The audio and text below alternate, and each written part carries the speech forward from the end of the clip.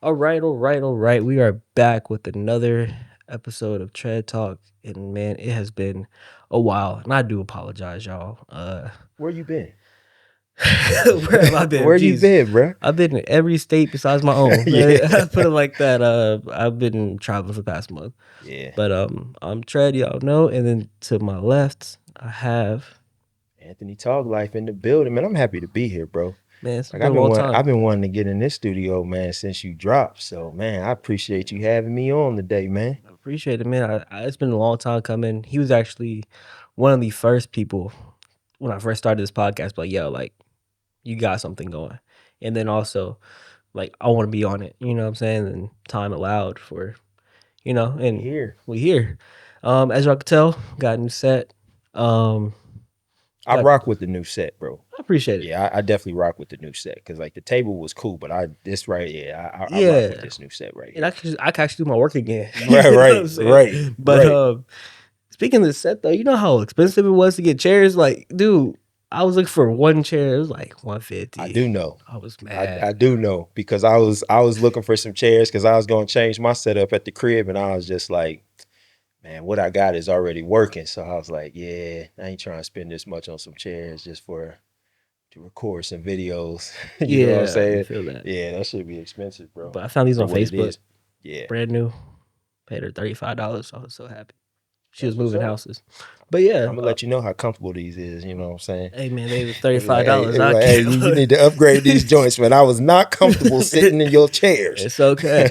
But go ahead and let people know who you are, what you do, and we'll get Man, into how we bet. So, Anthony Toglife, I am a media guy. So I do video, photos. I mainly do video these days. Been doing it for, man, since 2013. So what's that, 13 years now? dang.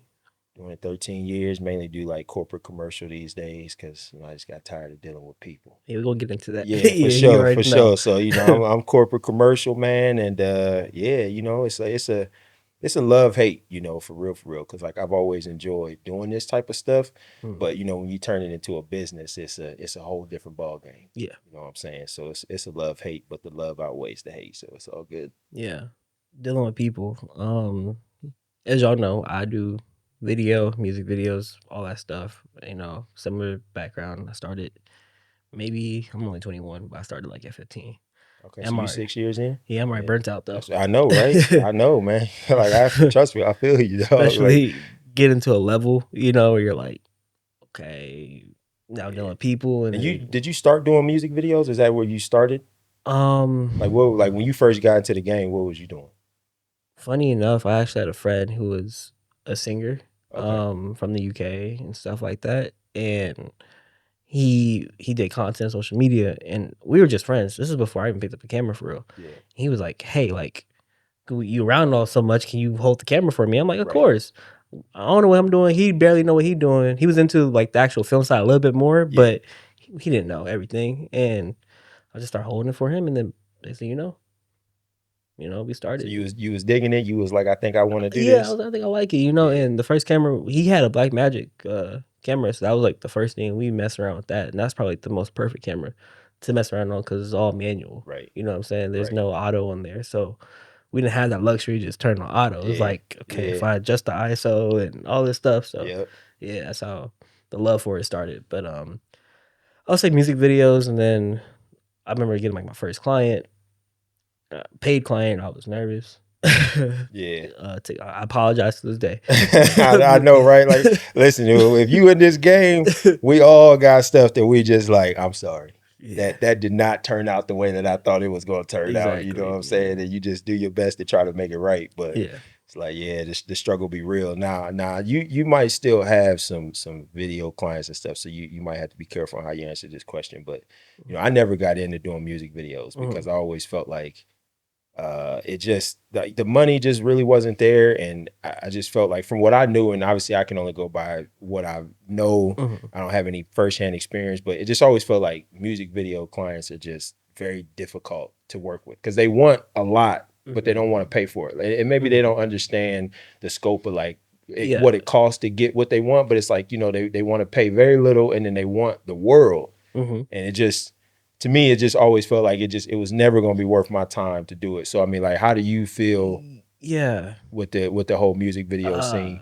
I feel like honestly, um, when I first started, you know, you're taking on those $100 clients, Yeah, $300 clients, because yeah, you're just trying to get some money in your pocket, right, and you're trying to offer, and they want the world. You're trying to offer them the world.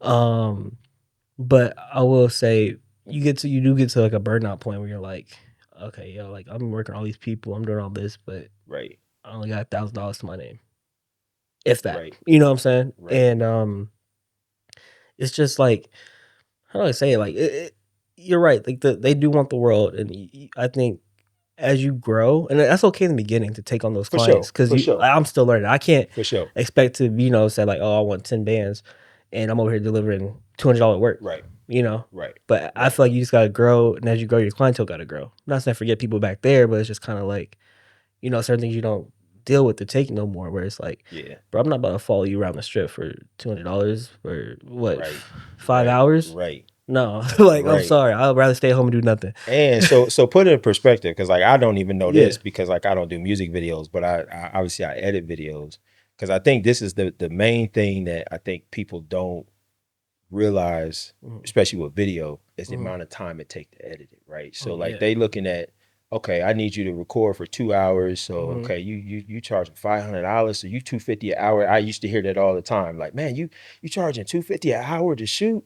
And it's like, nah, hold up. Like you're not realizing all the front end time, all Mhm. the editing time, like all of that time. So like when you first started doing music videos and where you at now, like how much time did it take you to edit them videos when you first started? How much time does it take you to edit a video today? See, that's another rough one. When I first started, I'm still learning how to do stuff too. Yeah, So maybe like a good sitting down in the chair, 7 to 8 hours. right. Yeah, But that could be stretched over a course of 2 to 3 days. yeah. You know what I'm saying? Now I could knock out something within like an hour or two. Something quick. But that's the complexity of taking on certain videos where it's like I'm dealing with bigger budgets. Hmm. I'm dealing with bigger clientele. So I might take me 5 days. I might have the first cut done within 2 to 3, Hmm. but now I'm just fine tuning and perfecting it Yep. for that client, and you know what I'm saying. But yeah, I think it just comes with time and Yeah. skill. But Yeah. um, And see, I specifically asked that question because any opportunity, like if I'm on a platform, mhm. I always want to put out there that I want people to understand the editing part and Oh how yeah, much time goes into the you back do end that y'all don't see. You know what I'm saying? Because everybody just thinks that we charge based off of the time that we're in front of the client. hmm And that's such a small piece it is of the entire picture that it's like people got to understand it's like we charge what we charge because we're putting so much time in it and nobody wants to work for free. You know what I'm saying? no Like nobody would go to any job and they'd be like, all right, we're going to pay you for 4, but you got to be here for 8. exactly At a regular job, nobody would go for that. They would be like, I'm not even doing that for one day. exactly But that's what people expect us to do. So it's like I always try to educate to where it's like we're not charging just on the time that we're on location or we're on set. Like we are charging for the entire amount of time to produce what it hmm is you're hiring us for. Most of the time, the back end is 75% of that. yeah So it's like people just got to understand that. yeah. And like you said, like earlier when it came to like the clients you work with in that space, it is rough. But I will say I've dealt with labels.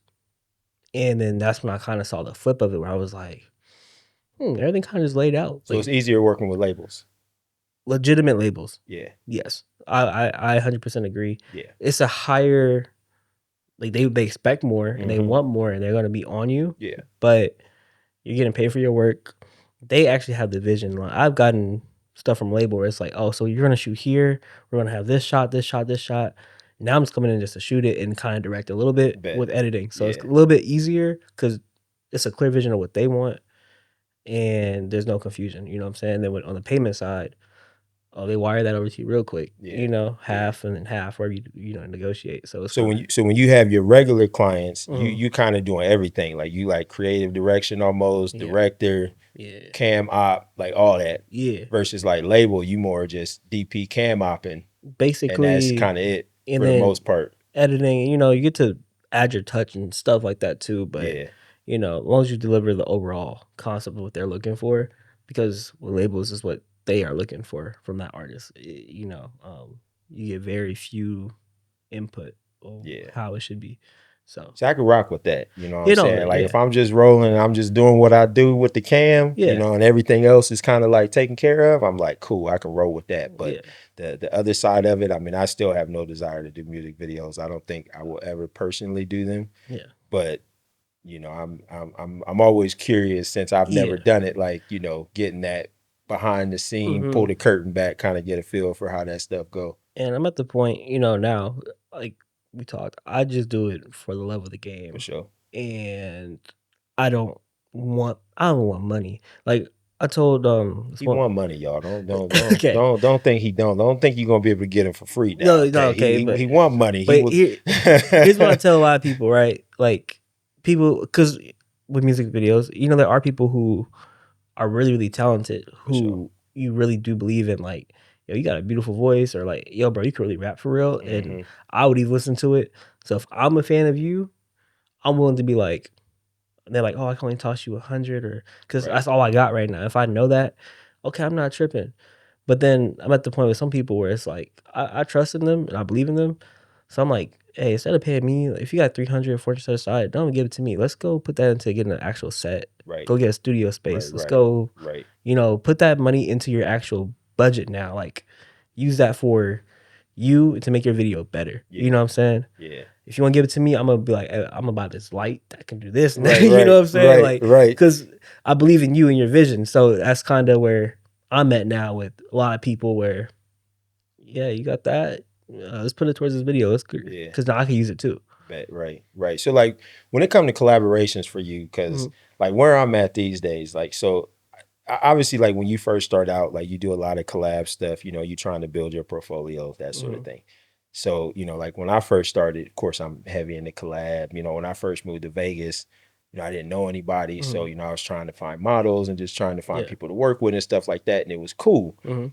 But then after a while, like it kind of got to a point where I'm just like, especially when I pivoted to doing commercial and corporate and stuff, it's like, well, now like shooting with models doesn't really make a whole lot of sense for me. Like Yeah. if I'm collabing on that front, because I don't need that for my portfolio. That's not who I'm marketing to. Mhm. There's really no real benefit for me unless it's somebody that I believe in and I'm, Yeah. you know, trying to help them out or whatever. So like for you, where you're at right now in your career, what does it take?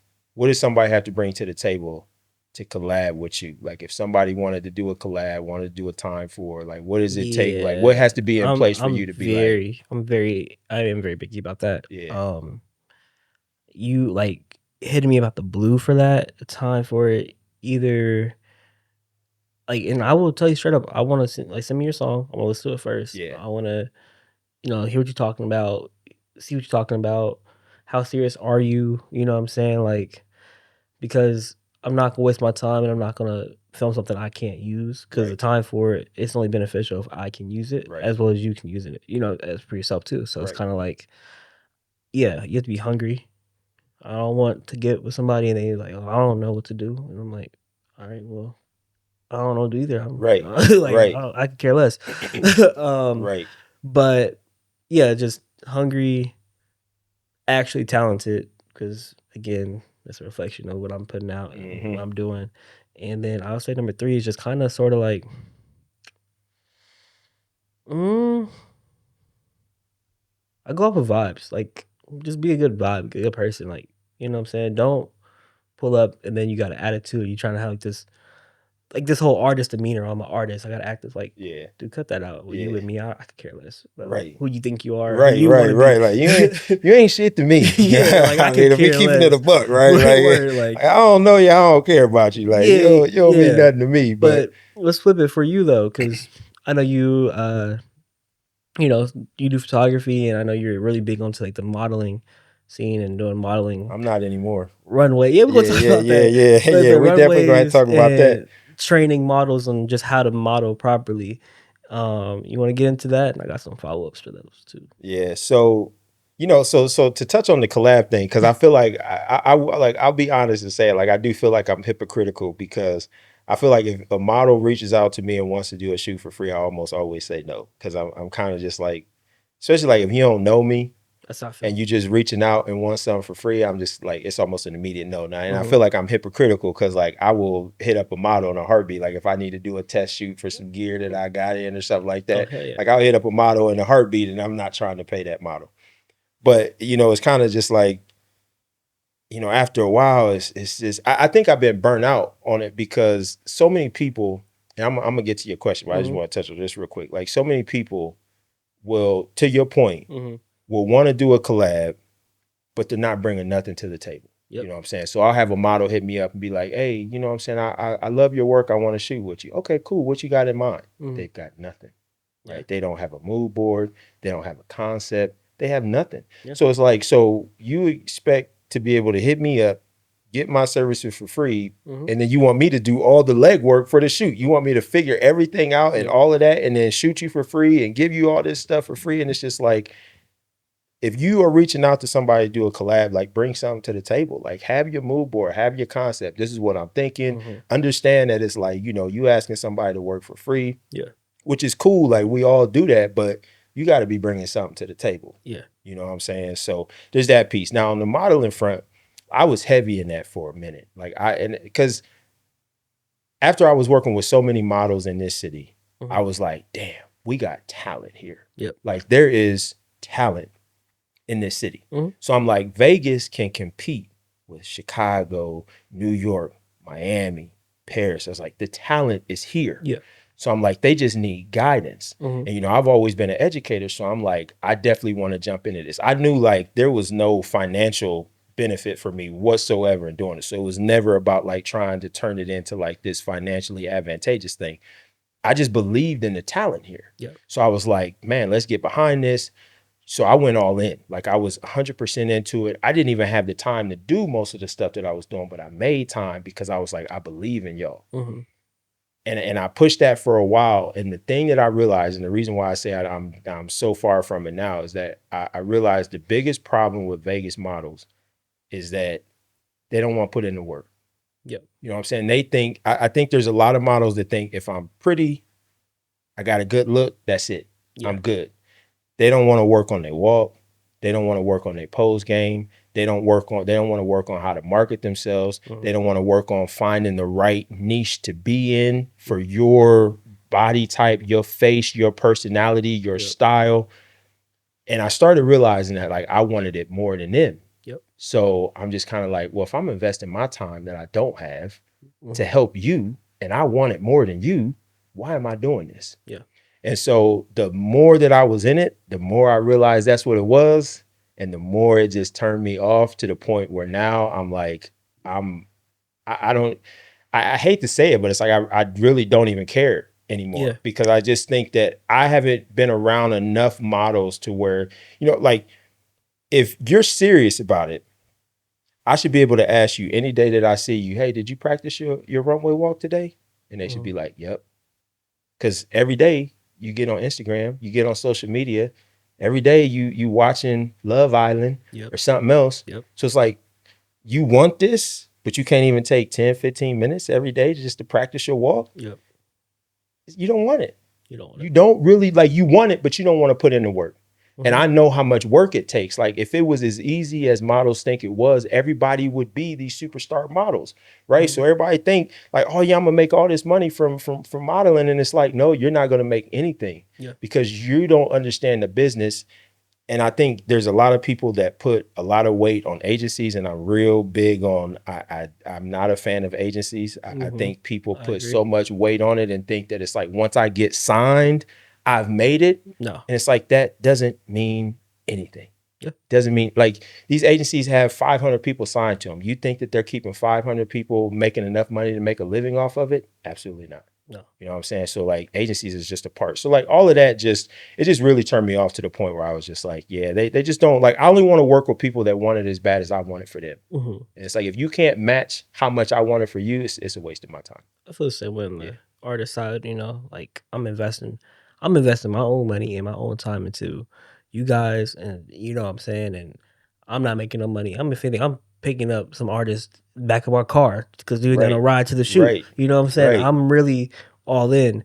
But I'm gonna throw a question out there that, you know, may ruffle some You could, feathers. yeah, man. You can ask me. I don't shy Oh, away from I no mean, questions. I'm it's gonna nothing tell you that crazy. right now. I don't shy away It from was no nothing crazy, questions. but it's more so.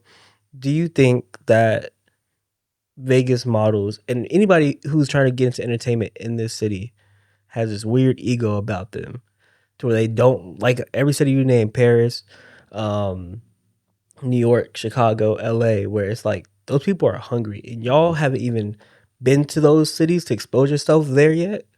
So y'all think y'all this up here in Vegas, but really if you go out there, you down there. Like Yeah.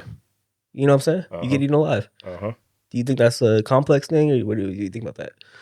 I mean, I would definitely say that's a thing Yeah. here. Okay, and I think the biggest mistake that models make Mm, is they think that it's about how pretty you look, and what it really is how unique you look. Okay, yeah. if you go and look at the big designer shows, and you literally can go YouTube any of these shows, you will see a lot of people that aren't cute by society Yeah. standards. I You see a know, lot of I'm unique not looking saying they're not girls. beautiful, but by society standards, like Mm-hmm. these women aren't that, but yet they're still walking in these shows. But Mm-hmm. if you look at them, if you take the time to really look at them and dissect them, they all have unique look. They have unique features, Mm-hmm. and that is the most important thing, because being cute, being pretty, being beautiful, dime a dozen. Yeah. Okay, you go to Miami, you're gonna find beautiful girls walking everywhere. Yeah. That doesn't mean that's not memorable, Yeah. right?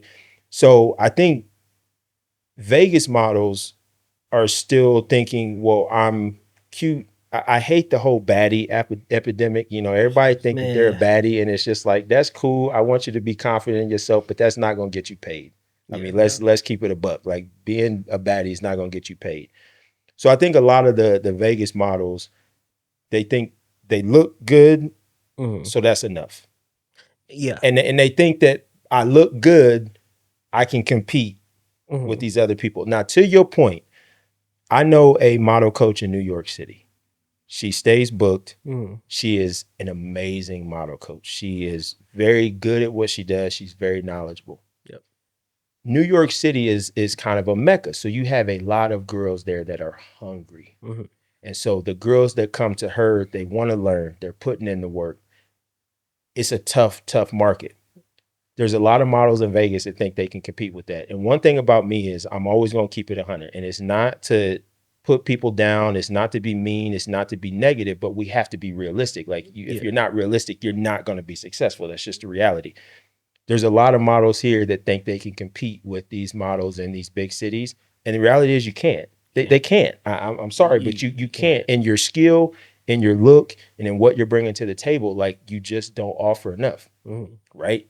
Now, that's fine. Yeah. Right? Like, we are who we are. Like, we may not be the most, the best looking person in the world. That's okay, because you Yeah. don't have to be, because there's 5 other lanes that you can be in that's perfect for your face, for your look, for your personality. So, like, we don't have to be dimes. Like, every girl doesn't have to be a dime. Every guy doesn't have to be, the most handsome looking guy Mm-hmm. in the world.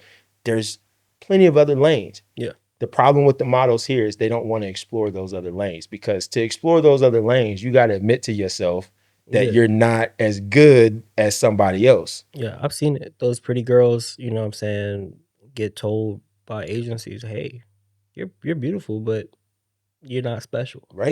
and that's Right. nothing against them. It's just Right. more so like your look is not what we're going for right now, Right. because if we want that look, we can find that look in a Target. We can find that Mm-hmm. look in a Walmart. Right. It's like you said, it's the uniqueness. I know a girl, and on the flip side of that, I've seen a girl who's really pretty not get booked for much.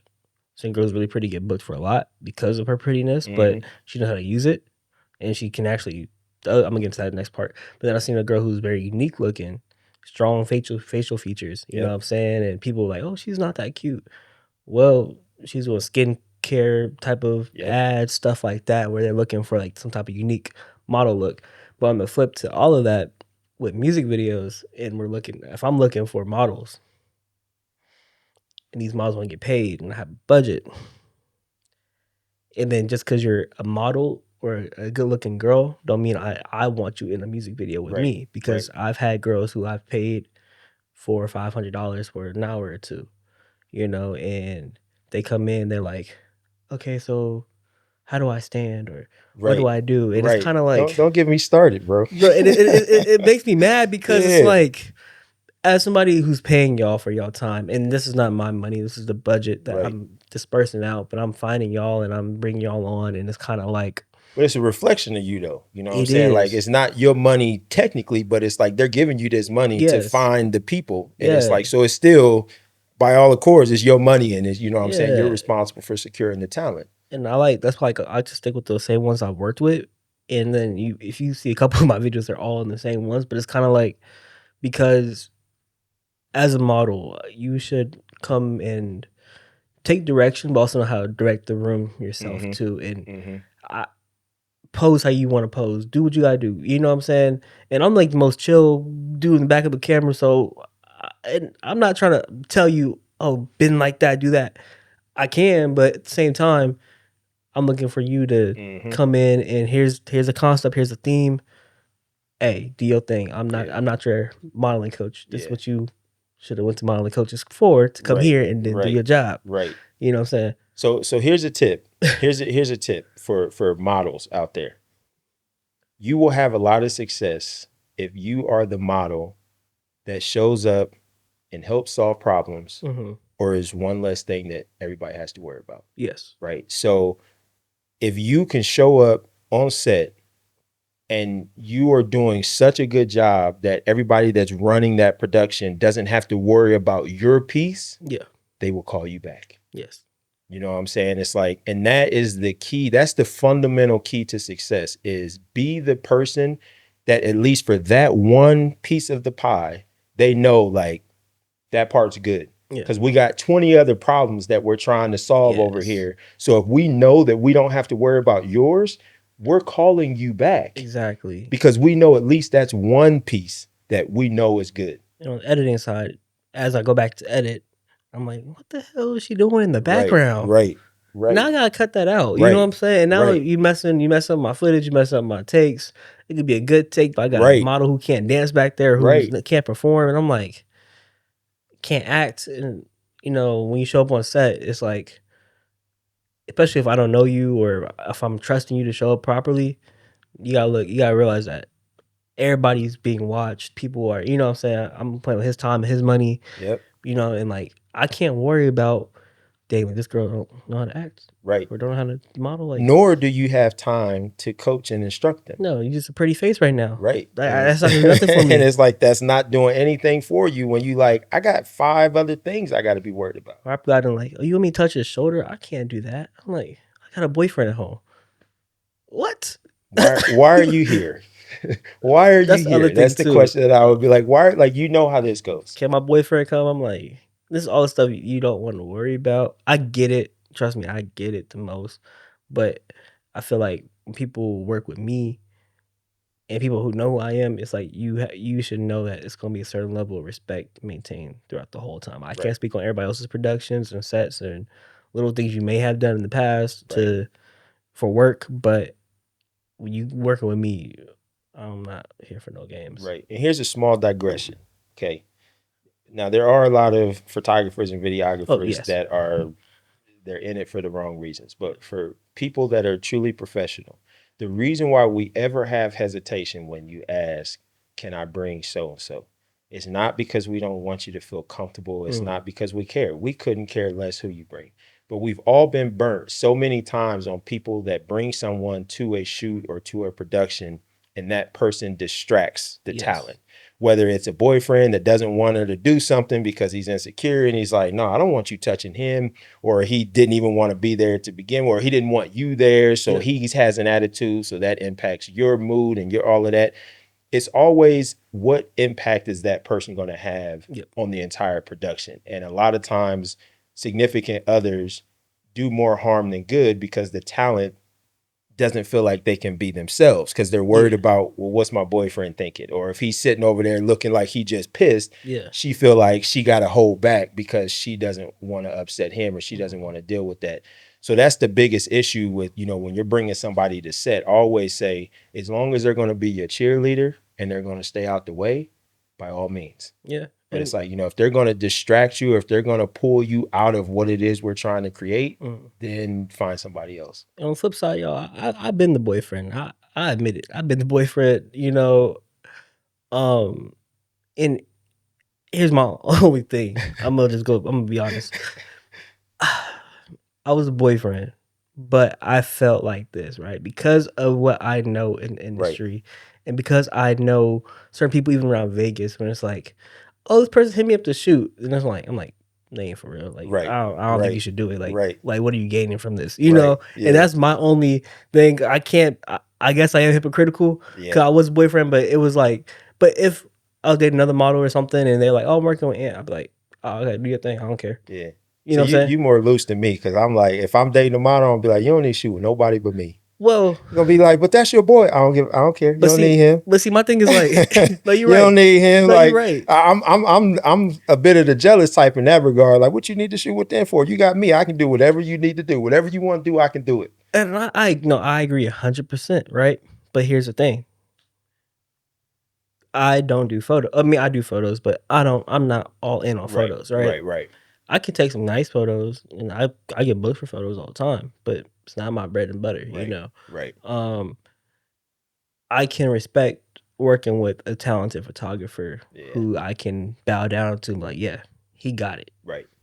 I think you should go work with, like, you know what I'm saying? You're a perfect example. I'm like, yeah, heck yeah, you should go work with him. Yeah. Now, if it's some lame photographer, nah, come on, I got you. Come back here real quick. Right. Like, nah, we good over here. I got you. What you want to do? But no, like, okay, it could provide you, a little photography experience that I may not be able to provide you with. And if you're looking to get some professional photos for this and this and this, hey, go to him, because we together.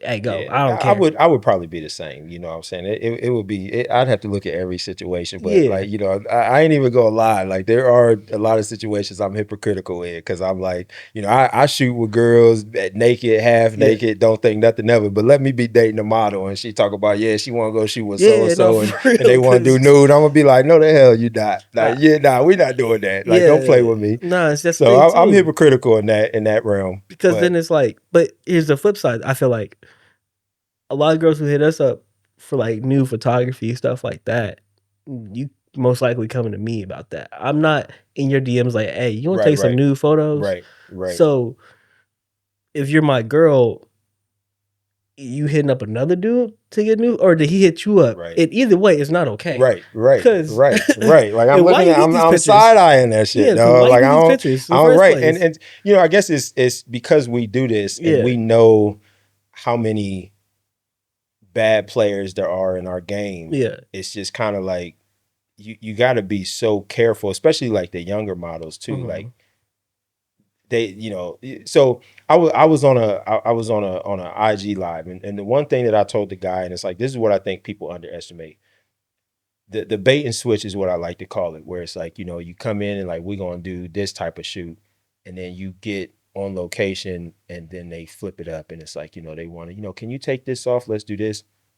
And it's like, on the outside, you would just think like, well, just if the model's not comfortable with it, she'll just say no.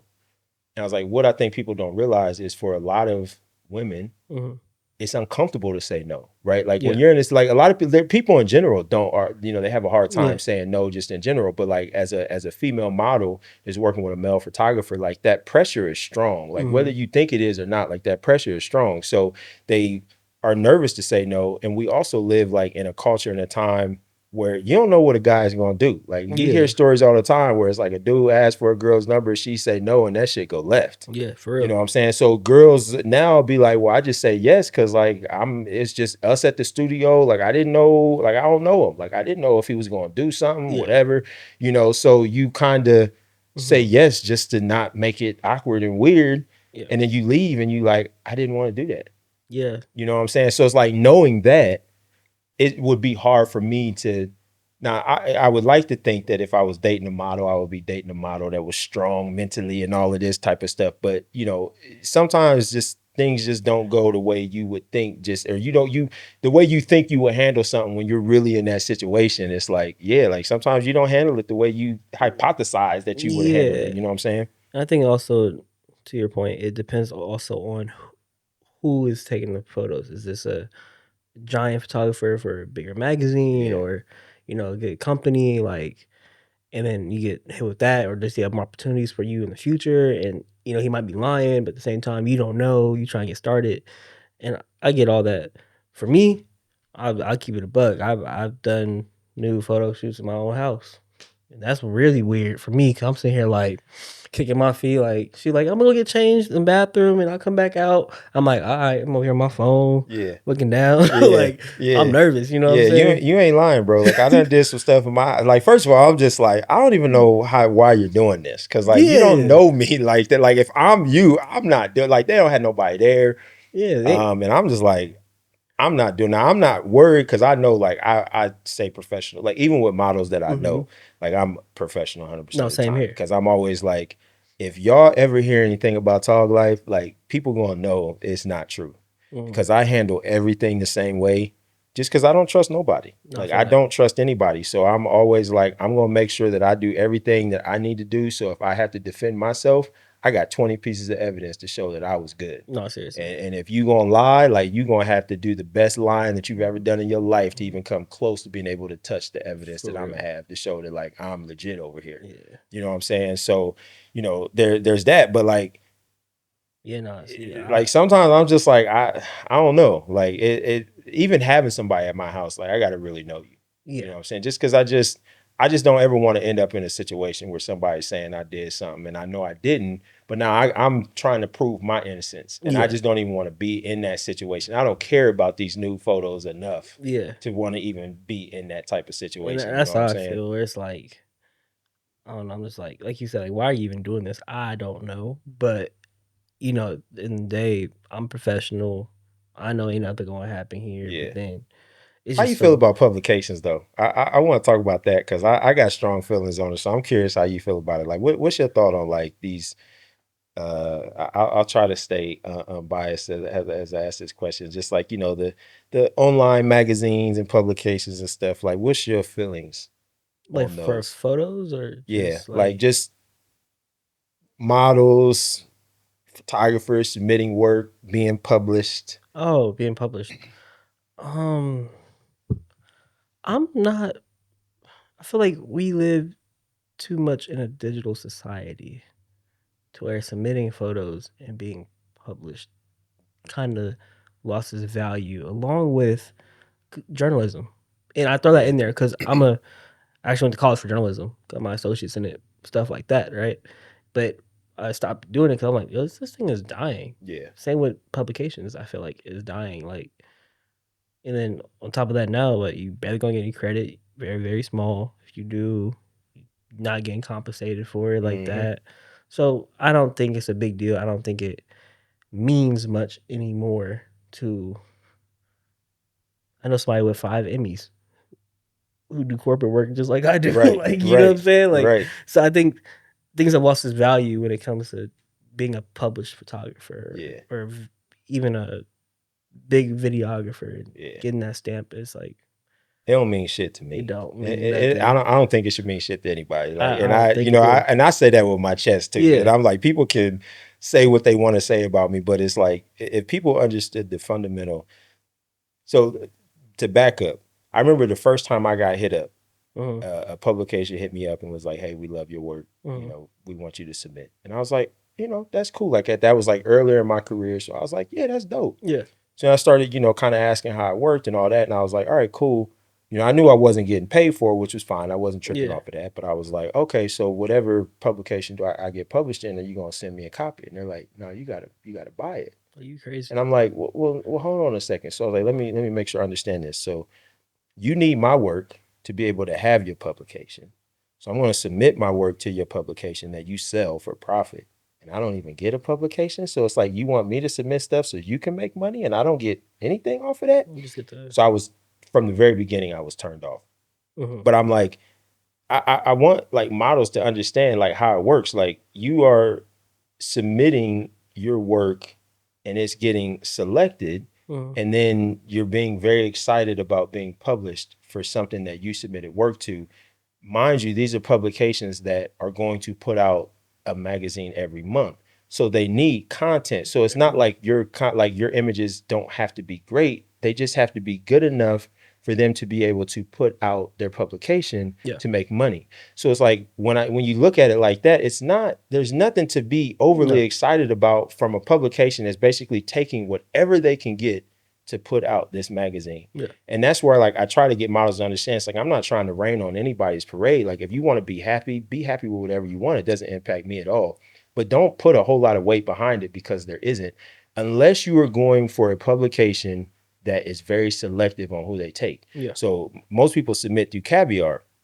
If you go to any of those publications, it has their acceptance rating. You know what I'm saying? So basically, you know, if someone's got a 90% acceptance rating, that means that 90% of the images that get submitted, they accept and they post. Yeah. That means anybody can get in that. Yeah. You know what I'm saying? Meanwhile, if you go to one where it's 5%, 10%, you can look at it has the number of submissions that they get per month. So if a publication got 100,000 a month and they only accept 5%, if you get in one of those, that's something to be proud about. Yeah. Because that's 5% of 100,000 submissions that month. You were in that 5%. Yeah. That's something to be excited about. But being excited, being published in something that they take whatever they can get and post it. Yeah. I mean, respectfully, like you're excited over nothing. I feel that. What made you go the corporate route? Because I know in our industry is so looked down upon where it's like, oh, you're not freelancing no more. You're not, you must not be successful. You must not do this. You know what I'm saying? Or what went wrong? And it's like, Yeah, it was two things. It was I got tired of dealing with people and the money. Same. You know what I'm saying? Like you know, when you do your regular portrait, your family, your engagement, your senior stuff, things like that, you can only make so much money. You know what I'm saying? You can only charge so much. You know, if a couple's doing a couple shoot, they're only going to pay so much. Like, unless you're a boutique photographer that has whatever, you know, you're only going to get paid so much. And kind of in the same realm of like video work, you know, music video work, people just want a lot and they're not paying a lot. And now I will say like it's a little bit different now because like AI in terms of the editing, like there's a lot of things that we could do now with the click of a button that we used to have to manually do back in the day. So it would take, you know, an hour to edit one photo. So it's that part is a little different, but the amount of time that goes into it for what you make just became not worth it. You know what I'm saying? And so like on the corporate commercial side, there's more money to be made. Typically, like you're just not really dealing with a whole lot of personality. Like even if you were doing you know, let's say you had a headshot job at a corporate place, you're there all day. Most of those people don't really even want to get their headshot taken. So they just want to get in and get out. And that's what I like. You know what I'm saying? Exactly. You come in, I get you set up, 2 minutes, you're gone, bring in the next, and the pay is just a lot better.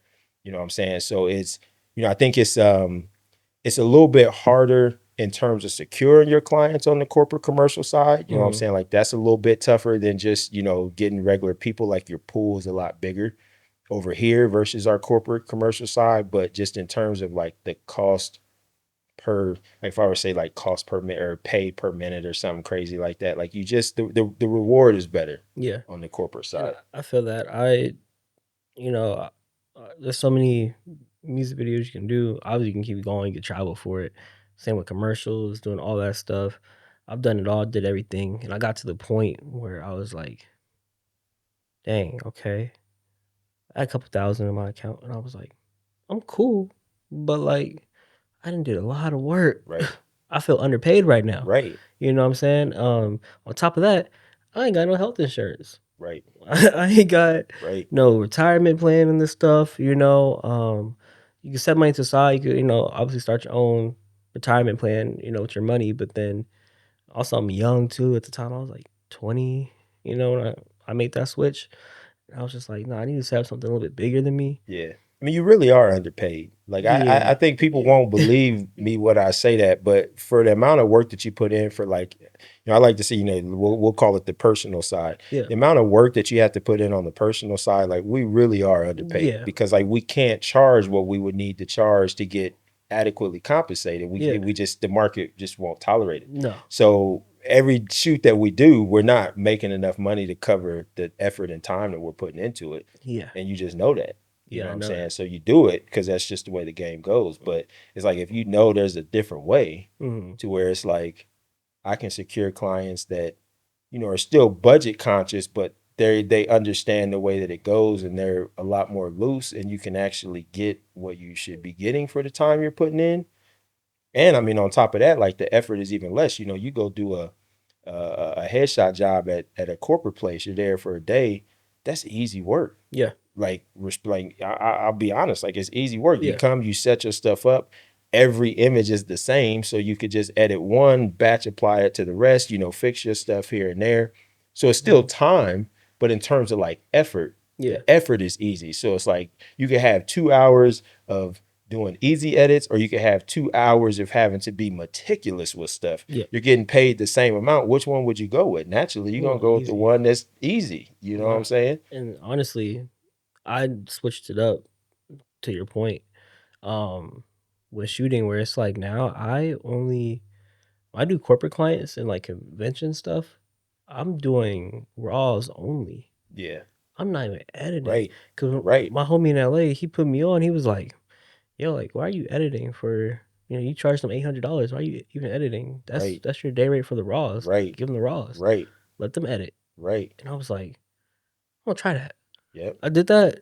They would pay me the same rate. Yep. And I was giving, hey, I'll give you the SD card. Just take it home with Right. you. Man, I'm glad you brought that up, because there's still a lot of photographers that are just so anti raw, and I don't understand it, because I will give, like, best case scenario for me is somebody being like, record this video and just give us the footage. Thank you. Yeah, exactly. That's all. I'm basically just getting paid to show up, shoot, and then you do whatever you want to do. That is best case scenario for me. But I know so many photographers and videographers that just refuse to do it. No, I love it because, you know, obviously there are some projects you are attached to a little bit more. You want to see it through, but then those are ones I'm like, hey, I'll edit whatever. You know what I'm saying? But and that's like a bigger music video. But again, I'm being hired to do the full project.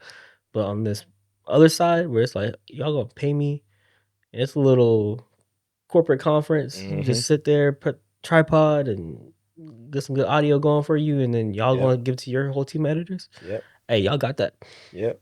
I ain't got no shame. People leaving money on the table by like not doing raws. And I think you know, I think like the culture has shifted, and I think a lot of photographers and videographers are going to get left behind, because like the whole, and this is a bit of a tangent, but like the whole fundamental of our industry has always been very one-sided and lopsided, right? So if you think about like how it's always been, you pay a photographer, so you got that piece.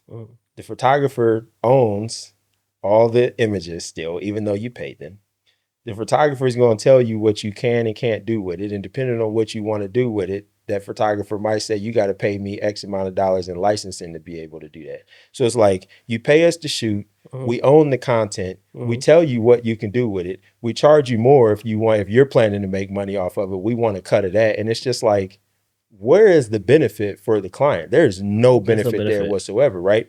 So that worked in a time where like we didn't have access to things the way that we do now. Like we were in control of everything because you didn't have social media, you didn't have phones that could do what they could do. You know, we were able to do that because you didn't have a choice.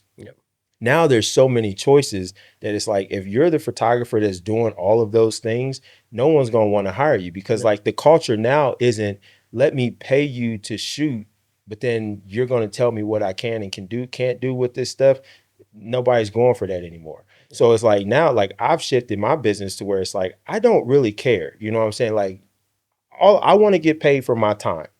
If I get paid for my time, what you do with the stuff within reason, I couldn't care less about. You know, if you want to edit them, edit it however you want. Just if you post it, say you edit it. I couldn't care less about that stuff. Like I don't care. Like that person, I'm not connected to those pictures. I don't know you. Like if I didn't know you, you hired me to take pictures of you, I couldn't care less about the pictures that I have on my hard drive of you. Exactly. Do whatever you want to do with them. I don't care. Like I got paid for my time to shoot those and deliver that content to you. And if I had to edit, I got paid to do that. But ideally, I'd rather just be like, here's the stuff. You do whatever you want to do with it. I don't care. Yeah. And I think that's what people are going to start expecting more and more, because the whole culture of like, the photographer is in charge of everything. Yeah. Nobody's going for that anymore. No. Yeah. One second. All right, yeah. Um, I feel like what was I going? Oh, I had a conversation just yesterday actually with somebody who's a photographer, right? And he asked me, he said, "How much would you charge, somebody if they wanted a photo shoot?"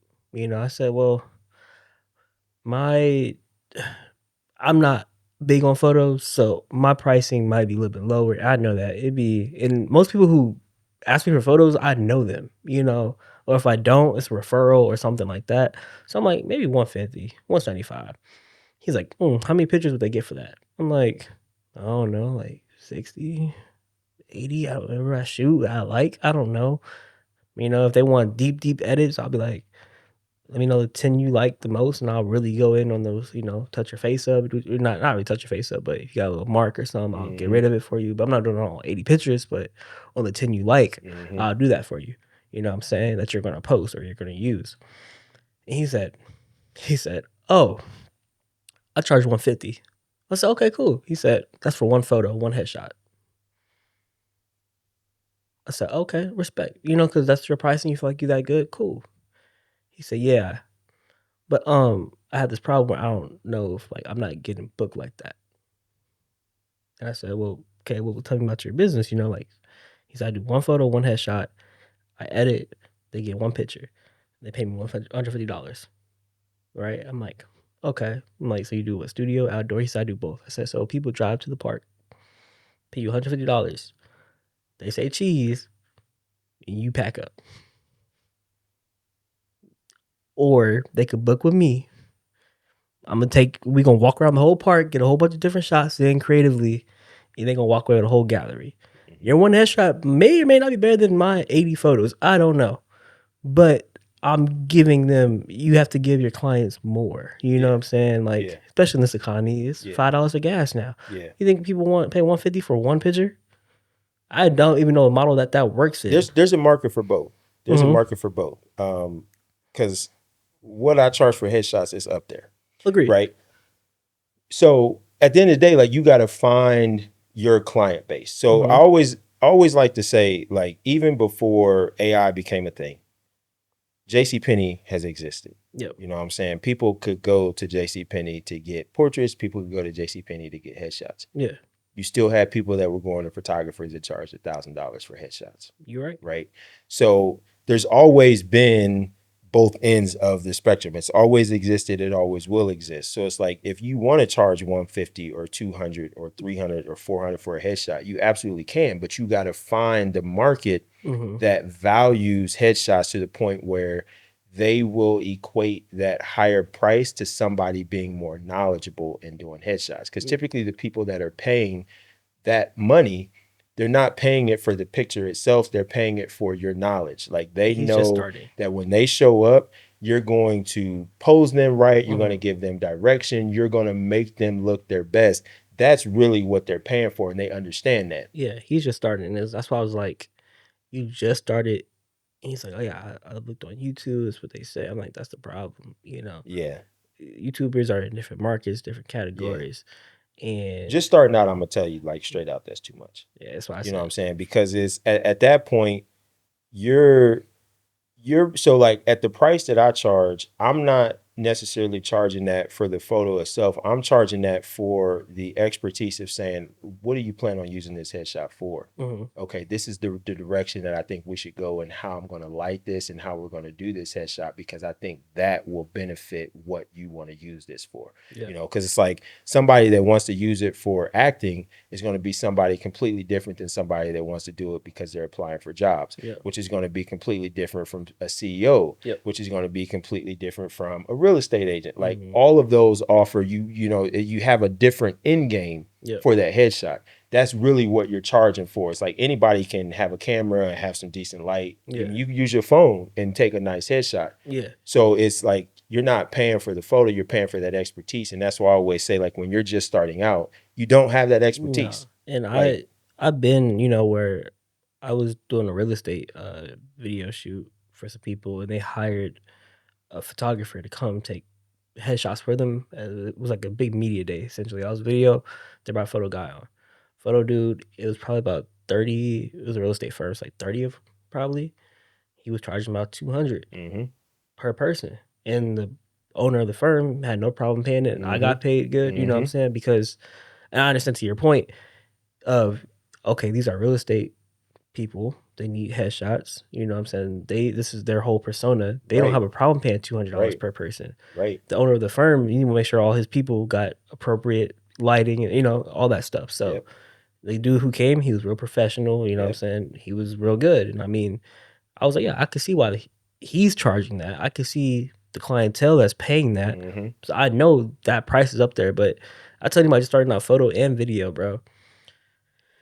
If you think about getting rich and become a millionaire off of it, you doing something backwards, man. Because like, you charging your photo shoot like it's your last. You know what I'm saying? Like, you can't. You're not getting rich off of doing what we do. It's like making it to the NBA or the NFL. You know what I'm saying? Like, we can make a living off of it, but to get, especially in today's day and age, you know what I'm saying? Like, you're not getting rich. You know what I'm saying? You're just hoping to be good enough and make enough to be able to let you live the life that you want to live. You know what I'm saying? But it's like, at the end of the day, it's not as easy as what people think. And it's like, even now, you know, as photographers and videographers, like, we can't just be a photographer. We can't just be a videographer. We have to be a problem solver, right? So like, going back to the headshot, if you're the type of photographer that is like, oh man, you know, Cindy's getting her headshot today. She never takes good photos. She hates taking photos. She always looks miserable.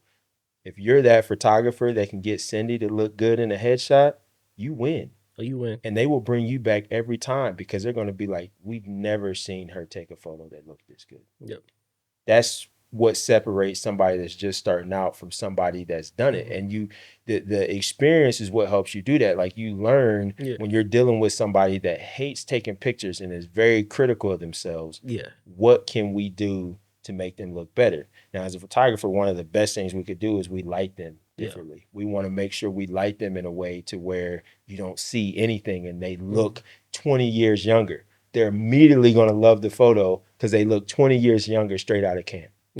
So it wasn't like, oh, he did it, and they're not going to know it was the lighting.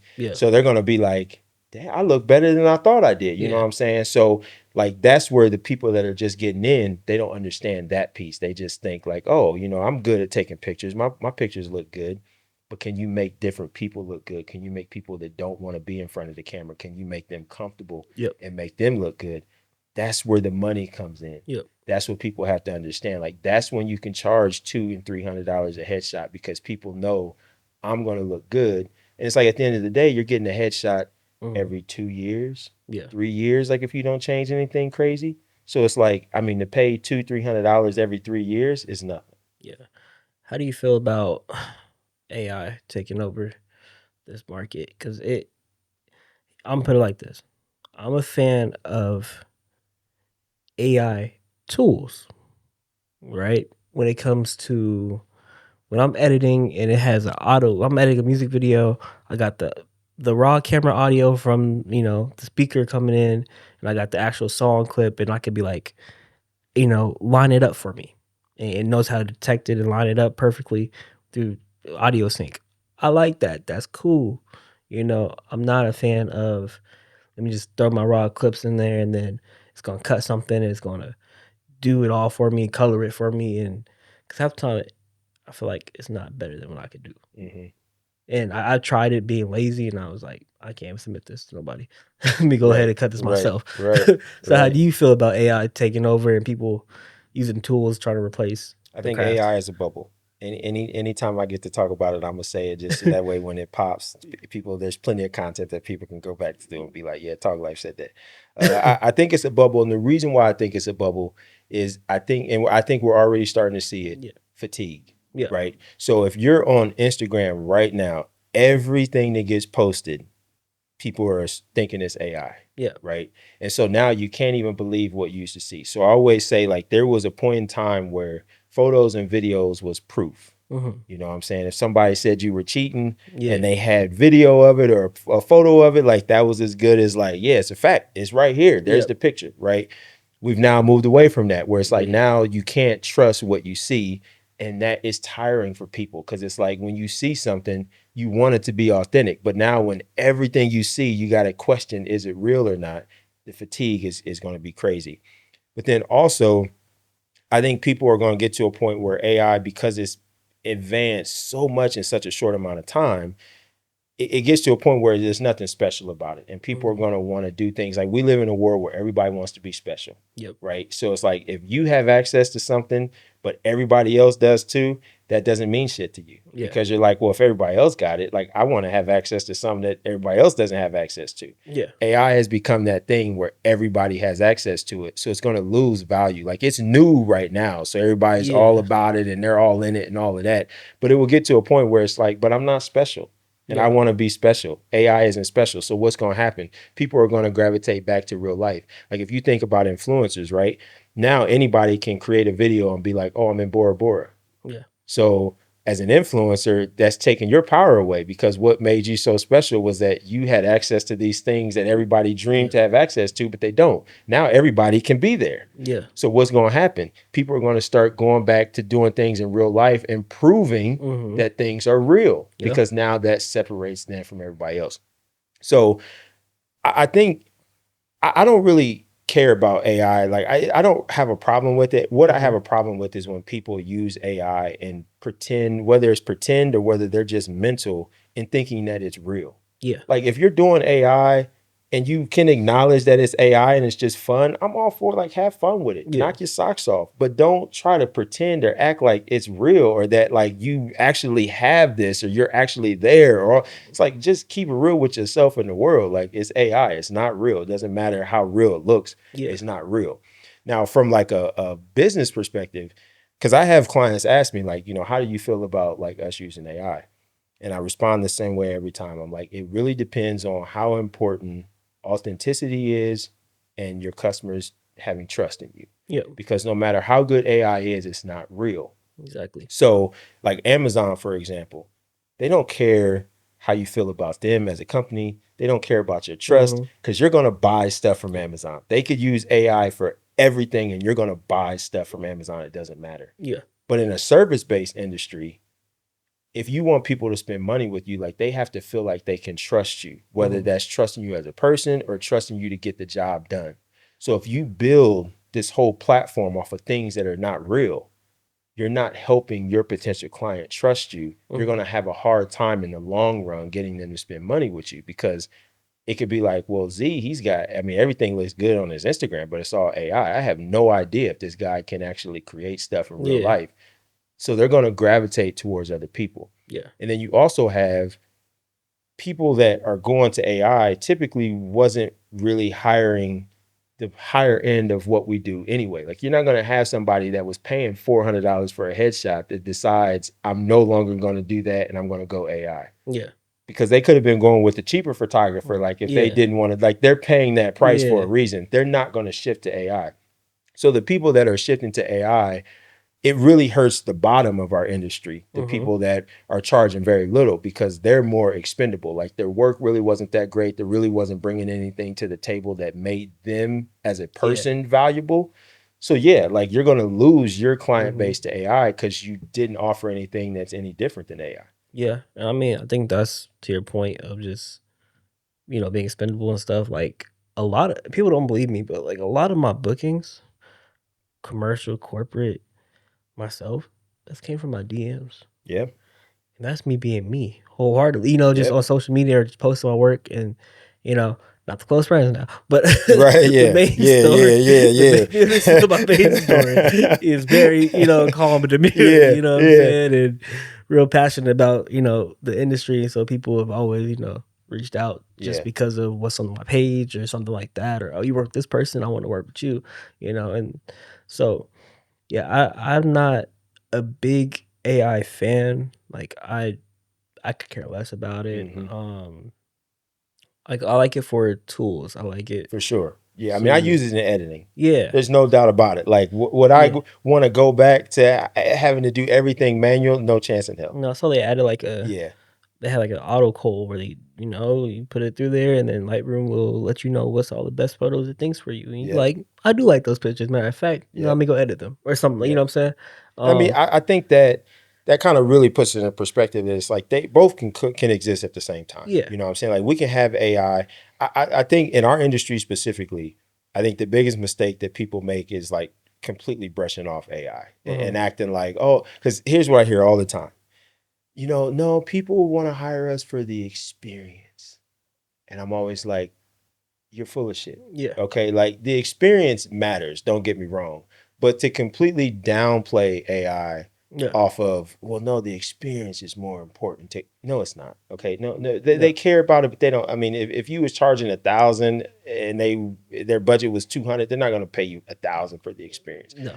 So I think like we have to acknowledge that it exists. We have to acknowledge that it is changing our industry. Like you Yeah. can't be naive to think that it hasn't changed our industry. So No. you got to figure out how can I coexist with it. And I Mhm. think we can. I absolutely think we can coexist with it. But to coexist, you have to acknowledge that it has a place. Yeah. Most And definitely. once you do that, then it's just like, okay, how can I use it to my advantage? Even if that's, if I have a client that reaches out and they want to do an AI headshot, well, let me do it. Yeah. Because as a photographer that does this, I can make sure that that AI headshot is going to look better than somebody that just got a prompt off of Yeah. Instagram and they're just using that and it's going to be terrible. Yeah. Like I can do the prompt that's going to give you something that actually looks realistic. So it's like you can still kind of get that business in Yeah. as well. So, And we just have to exist with it. That it's not going away anytime soon. I mean, I will stand on it's a bubble, but that doesn't mean AI as a whole is going to go away. Like yeah, it's going to be around for a little while. So we just have to figure out how to live with it. I'm hypocritical as well, y'all. I use AI for the podcast, Yeah. my clips. You know what I'm saying? And I think there's the other thing about AI that I'll give it its credit. It's how much time, if I'm going to use it, how Yeah. much time am I saving? Yep. Now I'm gonna be cocky a little bit and say I know I can edit better clips for the podcast myself, but I don't have the time Yep. to sit there and make 30 short form Right. contents off of an hour long Right. podcast. Right. Or I could pay $30 to Opus Clip or Visit, Yep. give it put my stuff in there, and they cut it. I check it, and not only does it make it for me, it will post it to social media. So Yep. now I'm not on social media all day. Yep.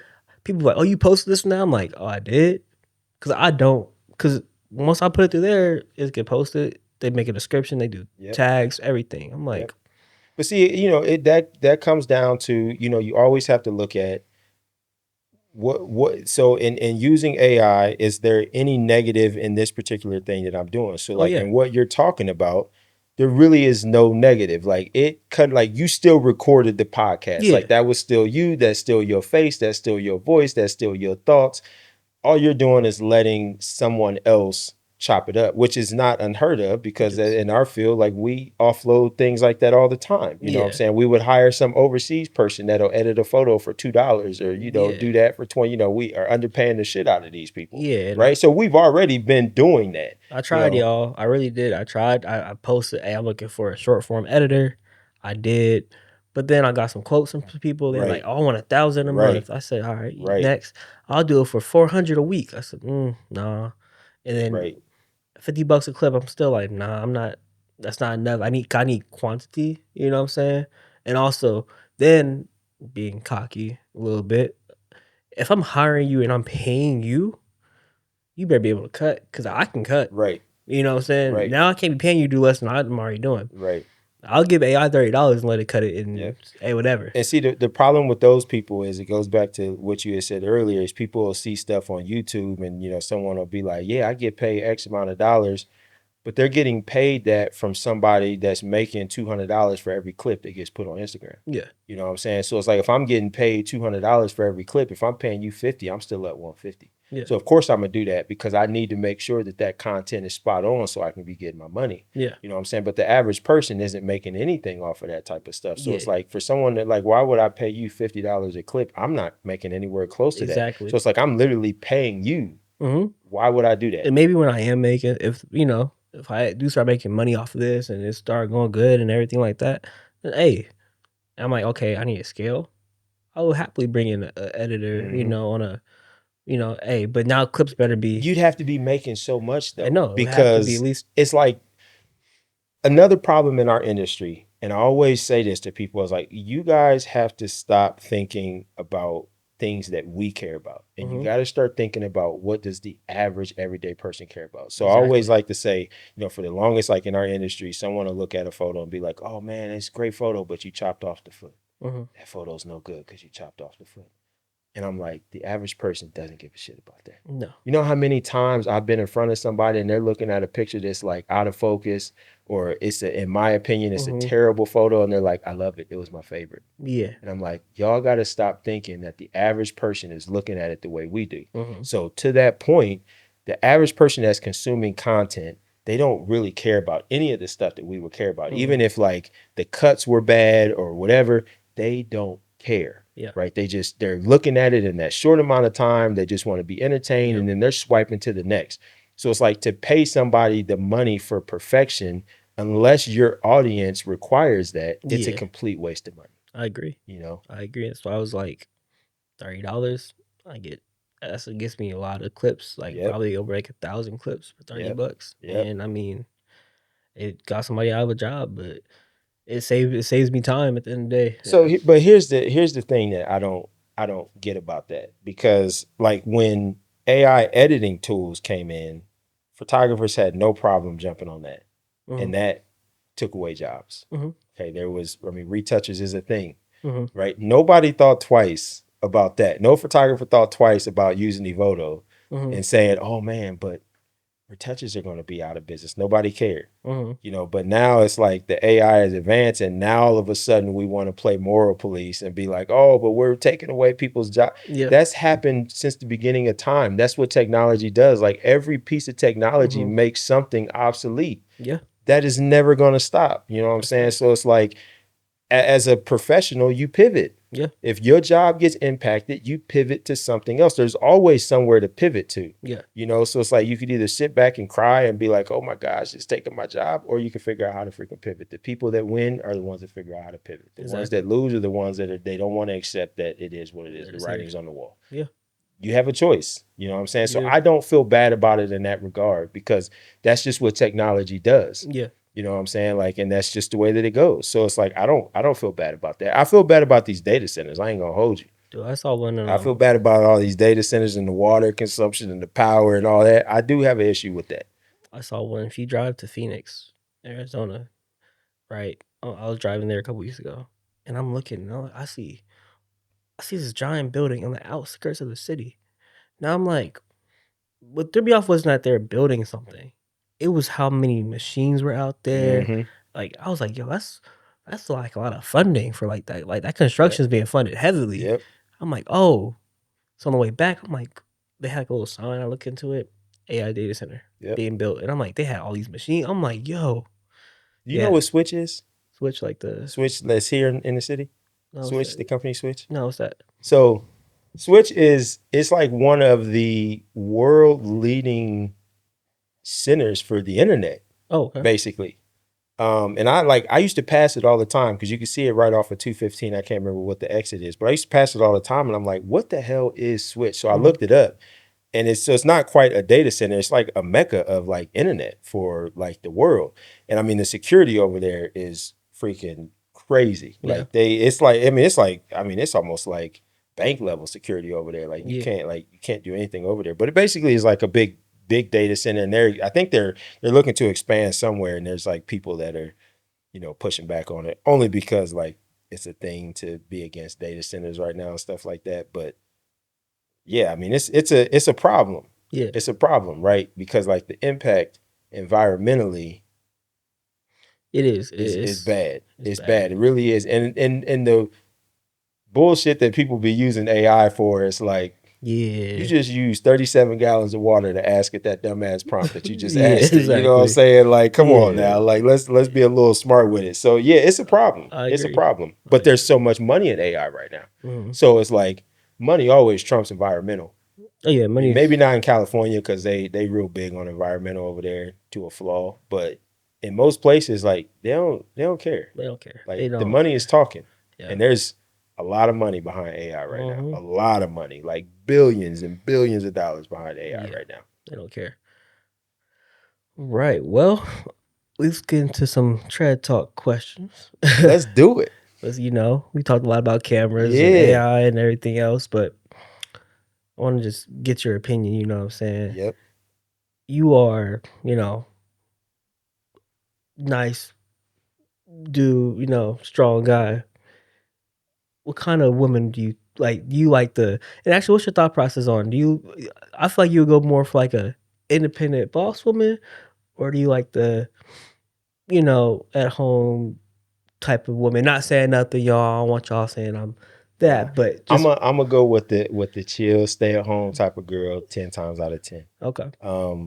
Now I'll preface that in saying I don't have a type. I've never had a type, Okay. right? Because I'm like very much against looking at things with one lens. You know what I'm saying? Like I always want to look at what's the circumstances for this particular thing. Like that's why I've never gotten into politics, because I don't understand how anybody can side one way or the other without looking at every individual thing and saying, okay, let me look at the circumstances with this particular, and then I'll feel how I feel about it.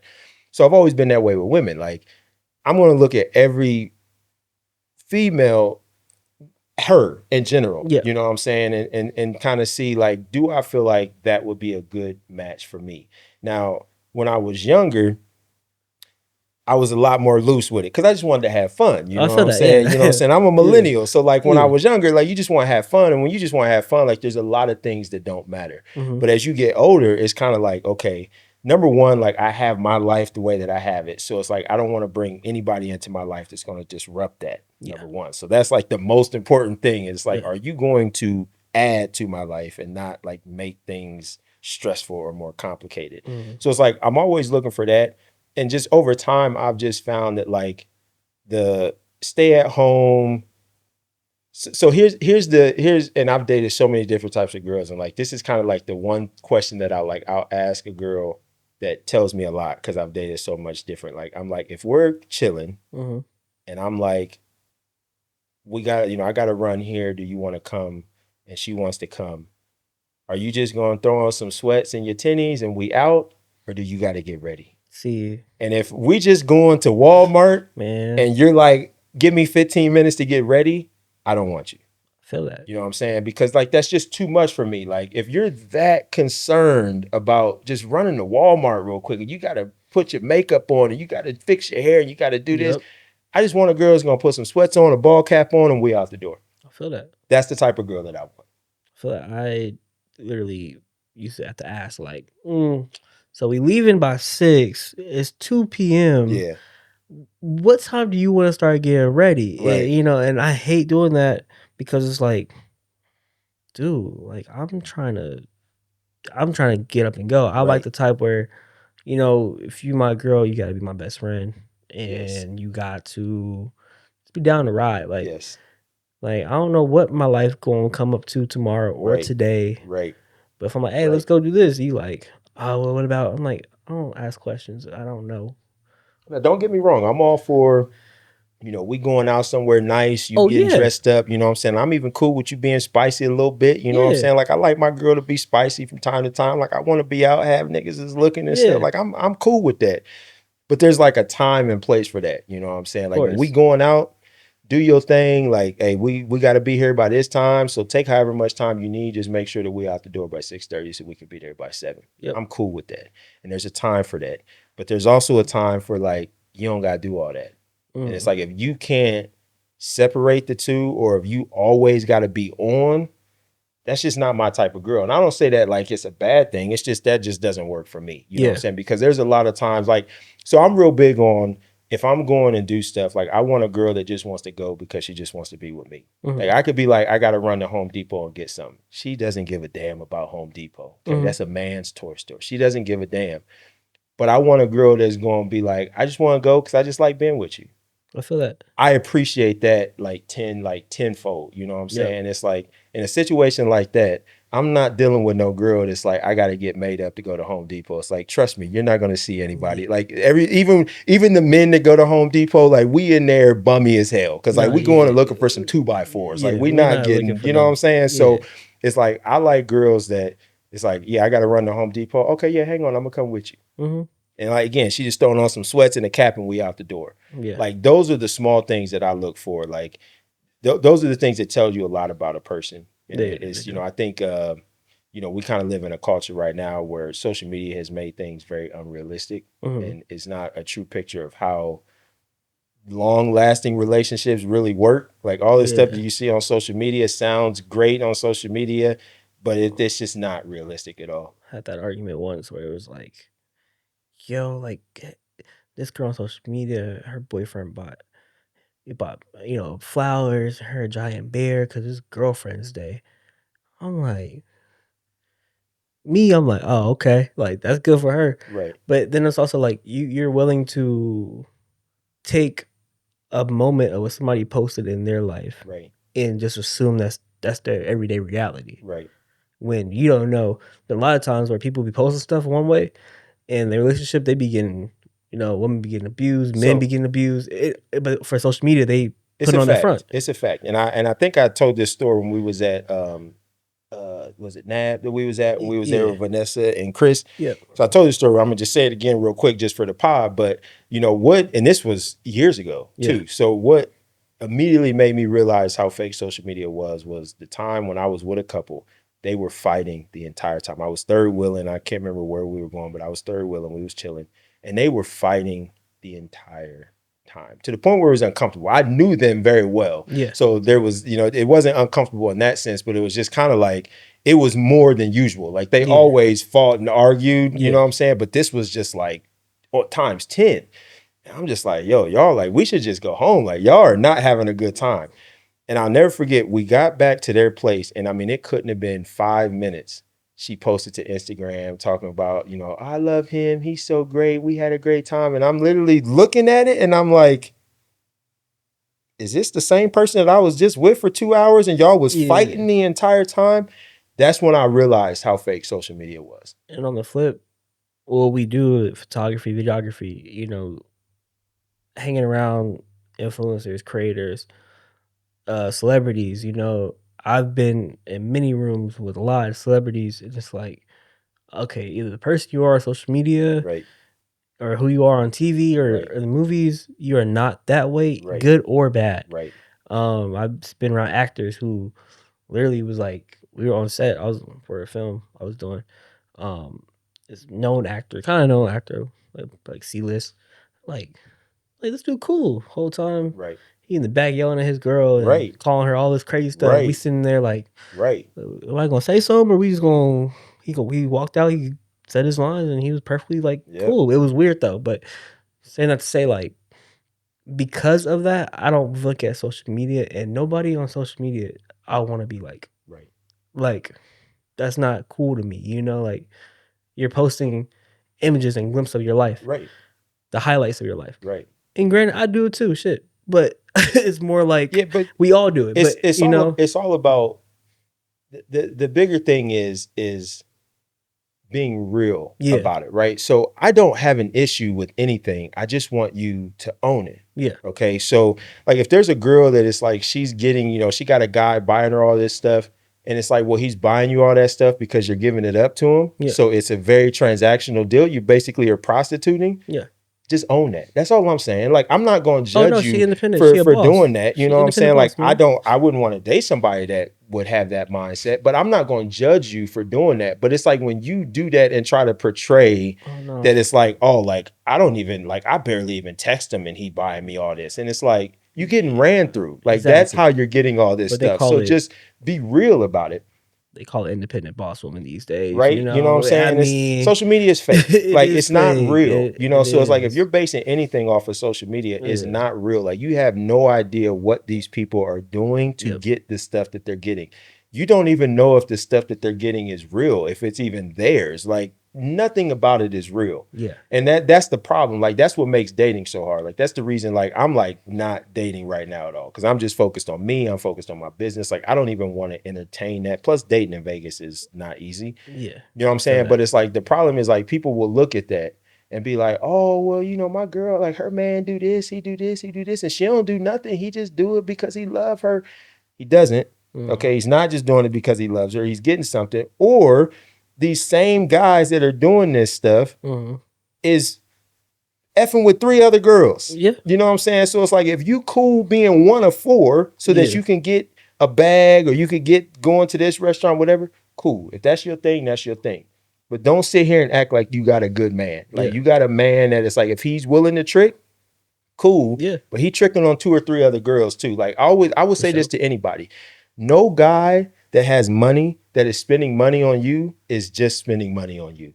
Like if there's a guy that's tricking on you, he is tricking on somebody else too. Yeah. It is guaranteed. Like you are not gonna have a guy that you think you're just so special and you're the only one that he's spending his money on and he's faithful and loyal. He's not. He's not. You know what I'm saying? So if you cool with that, own it. Then I don't have no problem with it. Yeah. But when you're delusional to think that you're just so special, you know what I'm saying? And it's like, don't throw your body into it. I can't stand it. And that's the culture right now where it's like, oh, you know, my booty big, my pussy fat, it's wet, all that. Like, God, we're simple. We're simple. Okay? Like girl, we just want to hit for you anyway. You know what I'm saying? Right? We just try and hit. Like, don't think for a second that you're special because a guy want to hit. Yeah, no. We're very simple creatures, we're okay? You know what I'm saying? So it's like, that kills me when I see that shit. Like, you're not special because, or, you know, it's like, oh yeah, you know, like, he gonna leave his girl for me because he just want to hit. Like, you're not special. And then he gonna leave you for somebody else because at the end of the day, they just want some new wet. You know what I'm saying? So simple. Like, I'm real simple. You know, I'm like, that's cool. Talk all that. Like, I've had girls, you know, come around and be like, oh, well, I got this, I got that. I'm like, that's cool. I just want to hit. Like, right. I mean, that's really like all it is. If we're keeping it above. But they're like, oh, you're not going to feed me? You're not going to do. I'm like, we just here to hit, man. Right. Like, at the end of the day, that's it. That's the end game. That's the end game. You know what I'm saying? That's the end game. And then once we have that, and I say we, just speaking for guys in general, because I'm a gentleman. All right. But what, you know what I'm saying? Like once we get that, then it's on to the next. Oh yeah. You know, because it's like we kind of live in a culture where it's like the fun is in the chase. Yeah. Okay. Exactly. So once you got it, then it's just like, okay. Because a lot of these girls, the only thing they're bringing to the table is that. You know what I'm saying? So it's like, okay, if the only thing you bring to the table is your body, well, once I get that, cool. What else you got? Nothing? Okay, well, this isn't fun anymore. Yeah. You know what I'm saying? I feel like that's the biggest thing you just said is like, what are you bringing to the table? I feel like, and maybe for my age and, you know, whatever, it's like I bring a lot to the table, more than the average 20, 21-year-old does right now. Right. I was still living at home when I was 21. I mean, I had a nice job. I didn't have any reason to move out, but I mean, I was still living at home when I was 21. So it's kind of like, what are you bringing for me? Yeah. Does it irritate you if you were to ask a girl, what are you bringing to the table? And she say, me? Does that irritate you? That irritates me because it's like, so then I'm also very traditional, right? I'm traditional in the sense of like, I'm very traditional, but you know, I'm older too, so that makes sense for me. So it's actually more of an exception that you're traditional, just because, you know, you being Gen Z, that's not a very Gen Z in my thing. relationships. I'm locked in. I'm traditional, where it's like, okay, you're bringing you to the table. I'm bringing me to the table. What is that for me? I will provide, protect. You know what I'm saying? Financially, that's me. I'm not one of those dudes that's like, oh, can you buy me a pair of shoes? That's not me. Like, I can't get down with that. I don't need no girl buying me nothing. Maybe I'm gonna buy you something, but I'm gonna also teach you financial literacy, stuff like that too. You know what I'm saying? So when girls get with me, they actually say, oh, I'm used to paying for the guy, or I'm used to, he didn't have a job, he wasn't doing nothing, and I had to pay all the bills. I'm like, no, with me that's different, because now you have to prove yourself. Not prove yourself, that's bad to say, but like, you have to show me why you should be here with me, because I like to be alone. So it's not you gotta battle other girls, you gotta battle with me just wanting to be alone by myself. So when you come around, what are you doing for me that I don't like to do? I'll be straight up, I don't like to cook. Okay? But I'll have no problem. Hey, I will buy these groceries though. Yeah. I'll buy the groceries. I'm a cooker, man. When I lived in LA, I lived with my ex, man. She came home to a meal every night. Yeah, see, you know what I'm saying? I'm a cooker, you know. Yeah, but it's all about being straight up, where it's like, I don't want to cook. Yeah. She cleaned the bathrooms though, because I to this day I hate cleaning bathrooms. That was all she had to do at our place. Like you Yeah. just clean the bathrooms. I'll do everything else, but you got to clean that And daggone bathroom. that's me, where it's like I have no problem even cleaning. I'll get up, put some music on, I'll start cleaning. Yeah. I'm not saying you gotta be able to clean and fold clothes. Well, actually, I don't like folding clothes.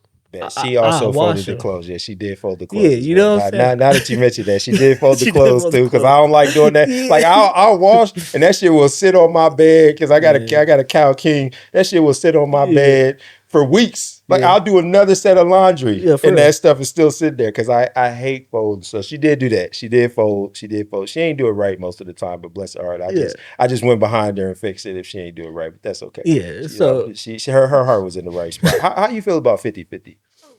I don't think it's ever truly 50-50, but see, that's such a Like, big so thing. if you was living with somebody, Yeah. okay, if you was living with somebody, how do you feel about like y'all splitting the bills? It's crazy take, but I'm gonna be real. I moved in here, right? When I made that decision moving here, I, being the financial person and knowing that I was gonna be the one on the lease, I'm getting a spot that I know I can afford. I paid close around $2,000. If my partner would say at that time, "Oh, I want to put in $2,000 to get a house for 400,000," no, because if you leave, I'm stuck with that financial responsibility. So I when I make financial moves, it may sound selfish, but until you're my wife, I'm making moves for me Mm-hmm. to know if all else fails, because you could get up, walk away, you could find somebody else, you could do whatever else. I'm still obligated to pay whatever. Mm-hmm. So I wouldn't put myself in a situation where I'm needing your $1,000 a month or your 1,500 a month. So you may not need it, but like let's say you had somebody move in here, like you can afford it yourself, but if you had a female move in here, Oh, would you what? ask her to split anything? Mm, Like whether that's rent, bills, groceries, like would you ask her to split? I wouldn't necessarily ask, but it would be implied. Now, maybe like on the rent side, where it's like they say, you moved out your place, you moved in here with me. You was paying 12, 1,300 over where you was at. You want to give me 500 a month? Cool, I'll take it. I'm gonna hold you to it because that's what you agreed upon. That's what we agreed upon. You gonna give me 500. That helps me knock down something here. It might go towards some other bills for all I care. Grocery stuff like that. Yeah, I think so. But it's also weird because it's like you work as well. I work. I do my thing. So I know you have money. Mm-hmm. You know what I'm saying? I also want my person to stack there. I want you to build it yourself too. But at the same time, all the responsibility will not be on me Mm-hmm. because now it's double the food intake, it's Right. double the bills. You know what I'm Right. saying? So Right. ultimately, yeah, like it's implied, but I'm gonna take care of it regardless. But Yeah. you're not about to lay up in here and just pay nothing and do nothing. Yeah. I mean, when I lived with my ex in LA, I think we were like maybe like a 70-30 Yeah. split. And LA was expensive, right? Mhm. So I mean, the place that I lived in, like I was paying bills, but it's not like I was like rolling in all this extra money, especially like being self-employed. Like that's kind of like the difference. Like when you Mhm. work in a 9 to 5, you got guaranteed money. When you self-employed, like you might have a good month this month, a bad month next month, an average month the month after that. So everything kind of fluctuates. And like I've always been real with just my life. You know what I'm Yeah. saying? Like I live a life that's comfortable, but it's like I don't make buku dollars to where I can just be frivolous with my spending. And I'm okay with that. You know what I'm Yeah. saying? Like I don't look at other people's lifestyles and be like, oh, I want that. I'm a very simple guy and I keep it real. Like I don't make that type of money. So like, when she moved in with me, I was paying it all myself, but it's like if you can kind of help the burden, Yeah. I would appreciate that. And then on Mhm. top of that, then it's like, if we went out to eat, if we used to love going to breweries and things like that, like I would pay most of the time. Like sometimes she would pay, but for the most part, like I paid most of the time. I paid for all the groceries. So it's like it all kind of Yeah. still Yeah. It benefited, benefit. Yeah. the both of us, but it just was nice to kind of have that help to where it's like, especially like if I had a slower month, it's like, cool, it's nice that I'm getting that in. I think it's like culture has made us think that like the man should be the financial provider and Mhm. it's like I understand the fundamentals of that. Mhm. But the biggest problem with it is like, especially because like people always talk about tradition, right? The thing about tradition was the reason why the man provided everything was because number one, like it wasn't really kosher for a woman to work. So like that Right. wasn't very prevalent. So like they didn't have a way to make money. So Yeah. naturally the man had to be the financial provider. But also like the woman took care of the home. She took care of the And kids. So that's the she thing. cleaned, she cooked, she did all of those things. And now we're in a culture where it's like the women want the traditional aspect of we want the man to provide. Like I want you to pay for everything. When we go out, I want you to pay, but they don't want to cook. They don't want to clean. They don't want to do any of the things that was on the traditional side for the woman. And that's the biggest problem that I have with it. Like if I had a girl and we had kids, like one of the biggest things that like me and my ex struggled with was we talked about having kids. And I was like, if we have kids, I need you to be a stay-at-home mom. I was Yeah. like, I'm not going to pay someone to raise my kids. That Yeah. was very big to me. Like, I need you to be a stay-at-home mom. I will maintain the household. I want you to be the one taking care of our kids. And she was very reluctant on that. She was like, Yeah. I don't think that I would want to just be at home. So that was always a friction point because it's like, I'm not, what's the point of you going to work and your money is just going to paying for childcare? So Yeah. it's like I'm like putting the care of my child in somebody else's hands when the mom could just stay home. Yeah. So in like that aspect, like I would have no problem like covering everything because it's like you're taking care of our kid. Yeah. You know what I'm saying? And like that comes at a cost as well. So I understand that. But it's like outside of that, like I'm a 50-50 type of guy. Like you said, I know it's not always 50-50, but it's just like I don't believe in this notion that the man has to financially pay for everything. Now, if he can do that, Yeah. great. But it's like the life that I live, I can afford to take care of our home. But then if you want to go out to eat and you want to Yeah. go take trips and you want to do this and you want me to pay for that as well, Yeah. that's a financial burden that it's like, why are we doing that? And then it's like, well, what are you doing with your money? Yeah. And You know what see, I'm saying? to that point, like I said, I paid for that stuff. I paid for the trips, and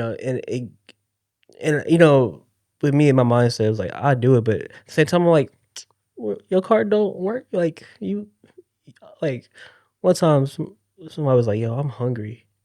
Like we've been laying at the house all day. Oh, I'm hungry. I was doing something. I got back. I'm hungry. I'm like, oh, so you didn't think to you wait for me to come pay for the food? Yeah, Because right, if you was hungry, you got your own car. You can go right, get in the car. You can right, go tap your card. right. If I'm hungry, I'll go make a quick stop. You know what I'm saying? So, oh, you want me to pay? Because now you're just expecting that every time Yep, you eat, yep, it's on my dime. yep, We can't have that either. Because now you're not even taking care of yourself. Because now you're just really dependent on. yep, And then it's I could buy what I want to buy. Okay, but you didn't. right. That's the problem. Yep. You know. Yep. This was a while ago, but there was a girl that I was dating. She was real cool. And of course we went out on the Yeah. first date, I paid for it. We went out again, I paid for it. And we went out the third time. And I was gonna pay for it, but I was just like, okay, this the third time. Like she gonna offer. Mhm. You know what I'm saying? Cause like I done paid the last two times. She gonna offer. I'm gonna tell her no. But Yeah. I'm gonna appreciate the God that she offered. She didn't offer. Mm. And I was like, okay. And I remember I was like bothered, like that, like just when I had to pay, like when like she didn't even reach for the purse, Mhm. wallet, nothing. So I was just like, this is crazy. So I was like bothered, but I was like, okay, whatever, and we get through the night. And it's like I can't remember if it was that night or if it was the next day. I hit her up and I was just like, yeah, like I'm not for this. Like I'm just paying for everything. And it's like you're not even offering to pay. Like you're not even giving me the opportunity to be like, nah, I got it. I was like, that's not gonna work for me.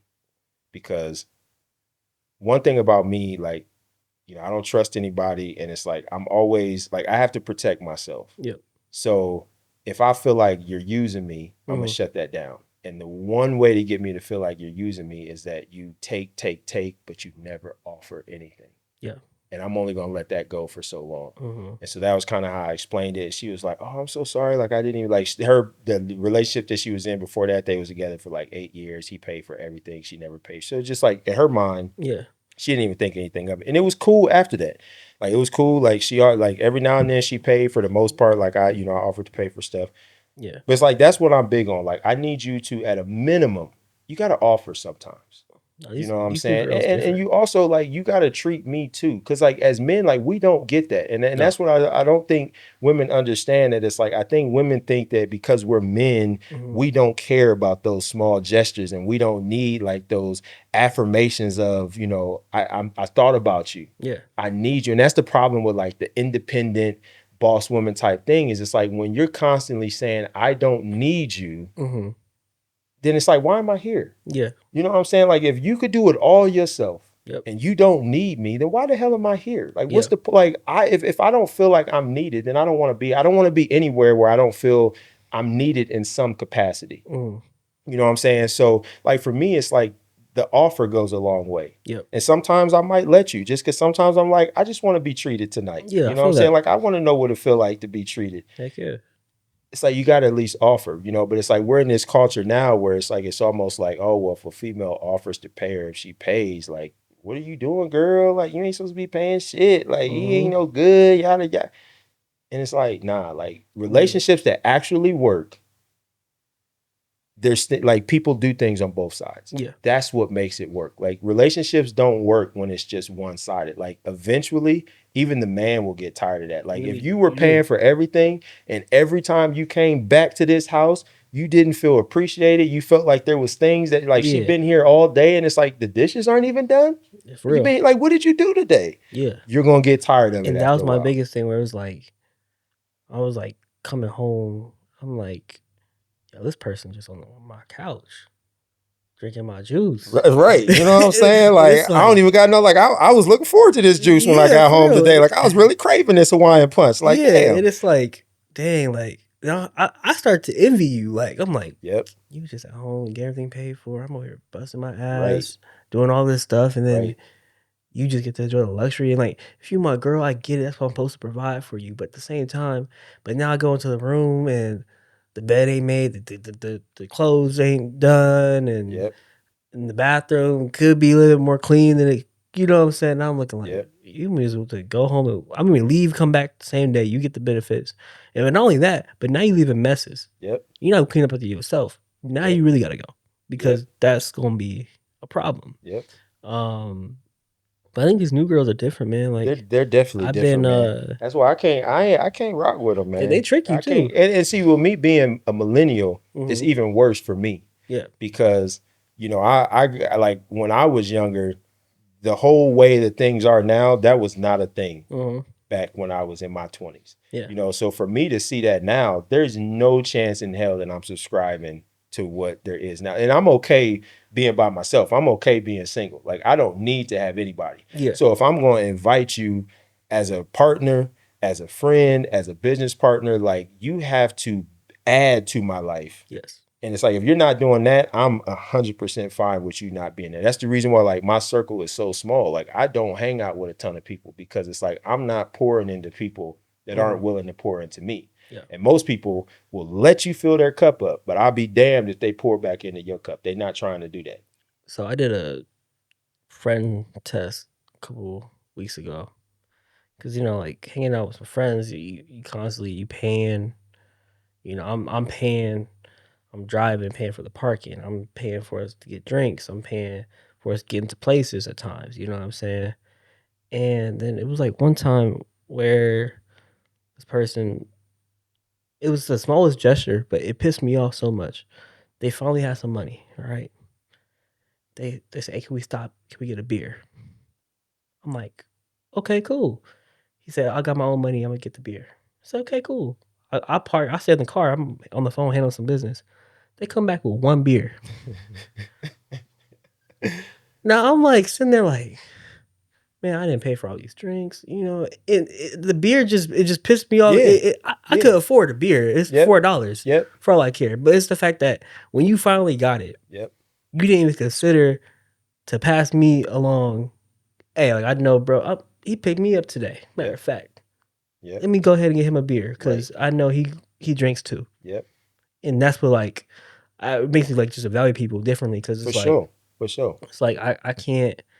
It's like we smoking cigars and every week, you giving me one, and then by week number 8, I come out, I'm like, yeah, bro, I got this nice one right Right. here. Right. Oh, I didn't get you one. Right.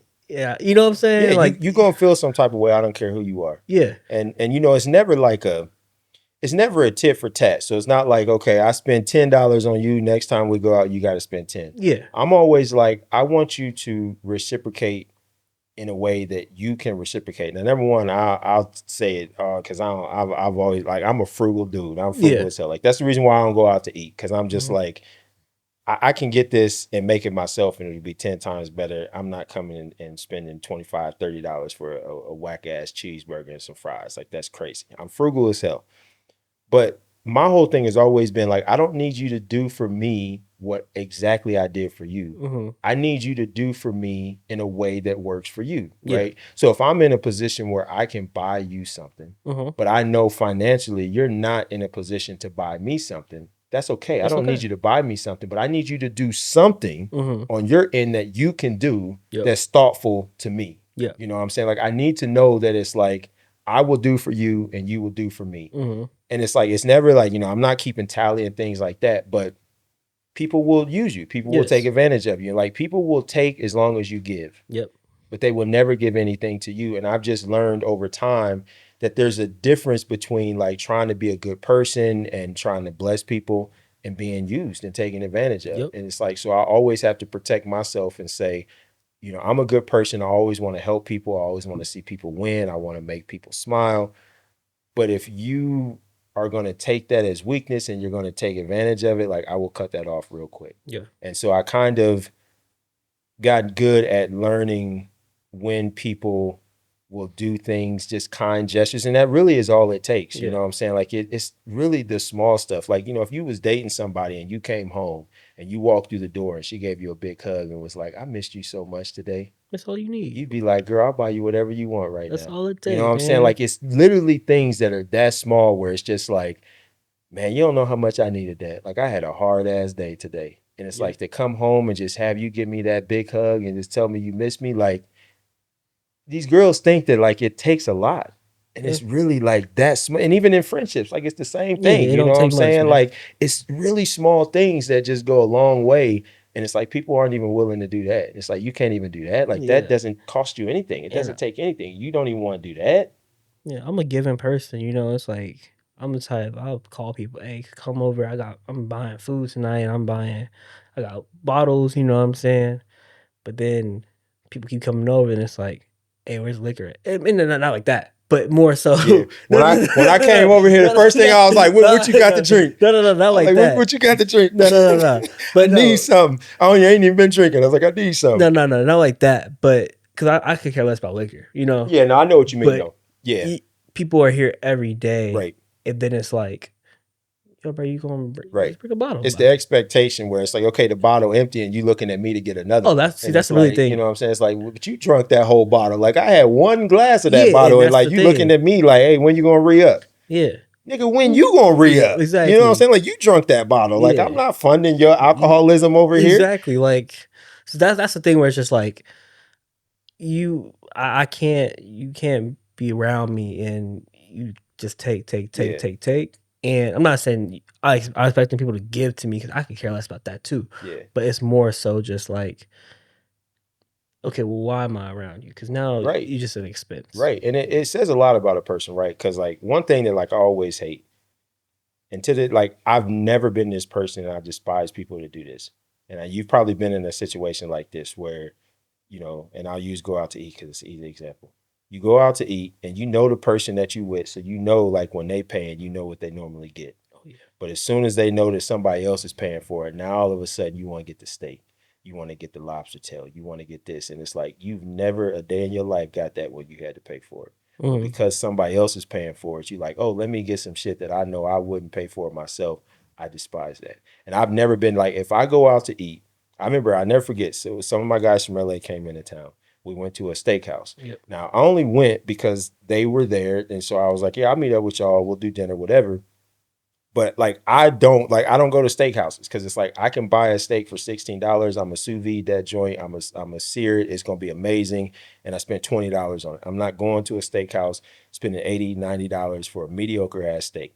I feel that. So I don't do that. I don't spend my money on that. So if I meet you at a steakhouse, I'm not getting a steak. I'm probably going to get chicken. I might get whatever. Cause it's like, I don't care about the food. Like I'm there for the social aspect. So I don't feel compelled to get the steak. So if I know you're paying, I'm going to do the same thing. Right. So, you know, they came in town, they're all getting steak. I got like a chicken thigh because I eat chicken. That's my thing. And they were just like, you're not going to get a steak. And I'm like, nah, like I never would get a steak if I was here on my dime. I'm not doing it. They bought me the steak. They wouldn't let me get the chicken. You know what I'm saying? They're like, no, like you're going to get a steak. And I'm like, but that's not what I do. Cause I wouldn't buy it. Like if I knew I had to pay for it tonight, I wouldn't get the steak. So I'm not going to get a steak just because you're paying. It's just not the way I do it. I despise people that do that. You know what I'm saying? It's like, you got to respect the gestures that people are doing. And it's like, if you know you wouldn't spend that, or if you don't have the money to spend it, like, unless that person is saying like, nah, I'm getting you the steak, whether you want it or not, you get what you normally would get. So it's the same, like when people come into your house and stuff like that, like if I know I'm not going to want to replace your bottle of liquor, when I come over here, I'm not going to have liquor. And if you offer me liquor, I'm going to politely decline because I know that, like, if I know I'm not going to want to replace that bottle, then I'm not going to drink the whole bottle. And then just look at you. Or just, I'm just saying, you know what I'm saying? Like, I'm just using that as an example. Like, you know what I'm saying? Like, if I know I don't want to buy another bottle, I'm not going to drink your bottle. Because I'm not going to drink it and then be looking at you like, hey, replace your bottle up there. That's foul. That's foul. You know what I'm saying? So, but there's a lot of people that they don't think that way. They're just like, nah, if you offering, I'm going to take. And that's a problem where, you know, because again, for me, being young, you know, having a lot of friends and going out and stuff like that, and it's like, I was out with a couple of friends a while ago. It was me, this girl I was talking to, one of the homies. We go in and out. He said, hey, I ain't got it, but I'm hungry. Okay, I'm like, bro, get you a burger, you know what I'm saying? Maybe some fries, $7, right? The girl I'm with, we've been talking for some time, so you know, I'm not even tripping. I know what you're going to do. You What you tricking got. out over there. Like, yeah, get whatever you want, baby girl. Me, you want the triple? You want what you want? You want a couple double doubles, girl? We get to the register. This dude said, hey, can I get a 4x4 animal style with 2 animal fries and a shake? He said, that's my regular order. I said, cap. I said, dude, cap. That's your regular order. You know good damn well you ain't never ordered that. Like, you heard that was a thing. Like you ain't never ordered that a day in your life, bro. I don't even get no 4x4. Right. So he ain't never ordered that a day in his life. 2 animal fries.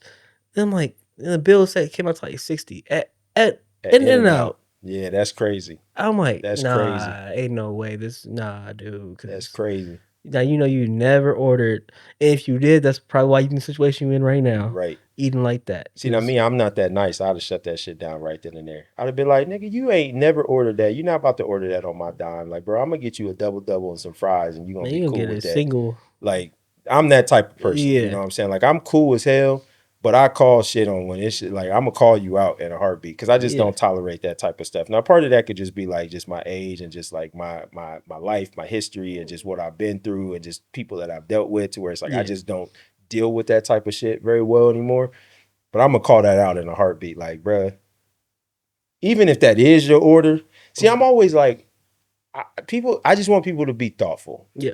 Right. So it's like, even if I will order that, if I know that I don't have the money to get this today and you're getting it for me and I'm not planning to pay it back. Like, it's different if it's like, oh, damn, Z, like I left my wallet at your crib, bro. Can you slide me this? I'll Zelle you, you know, whatever. Cool. But it's like, if I know I'm not planning to pay you back, even if that's what I will order, I'm going to be considered and just be like, that's a bit much to be having somebody, you know, get this. Like, they getting just a single and some fries and I'm about to try to come through with a 4x4 and double. I'm not doing it because I'm going to just be like, it's just the optics of that. I don't like that. So I'm going to just get a single and whatever, put a little food in my stomach and call it a day. Yeah. You know what I'm saying? And I hang around like a lot of people that's older than me in their 30s, 40s, you know, even.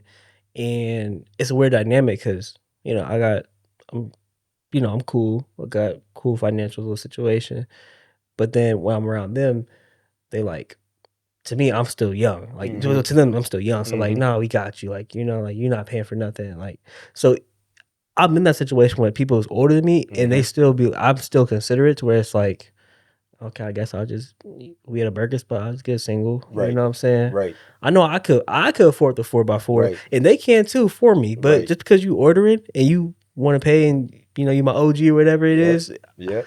I respect you enough to be like, I'm not about to go crazy in your card now. Right. I wasn't raised like that, so Right. you know what I'm saying. It's just And that's weird. how it should be. I don't care what nobody say. Like Yeah, that's how it should be. Like you should always be considerate and thinking about the other person and not thinking about yourself. yeah, But we live in a culture where people just think about themselves. yeah, You know what I'm saying? And it's like that's why I struggle. I think that's why like I don't be outside. yeah. Because I just can't tolerate that. And I'm kind of like, I mean, I'm not that old, but I feel like I'm like, just the grumpy old man. Yeah. Because I just feel like so much stuff is bullshit. And it's like I'm past the point of dealing with bullshit. Like I don't Yeah. need your friendship. I don't need your approval. I Yep. don't need your acceptance. So it's like I'm not dealing with your bullshit. I feel that. So it's like with me being that way, I know I'm not gonna be the life of the party if I'm the only one that's not on the bullshit and everybody else is.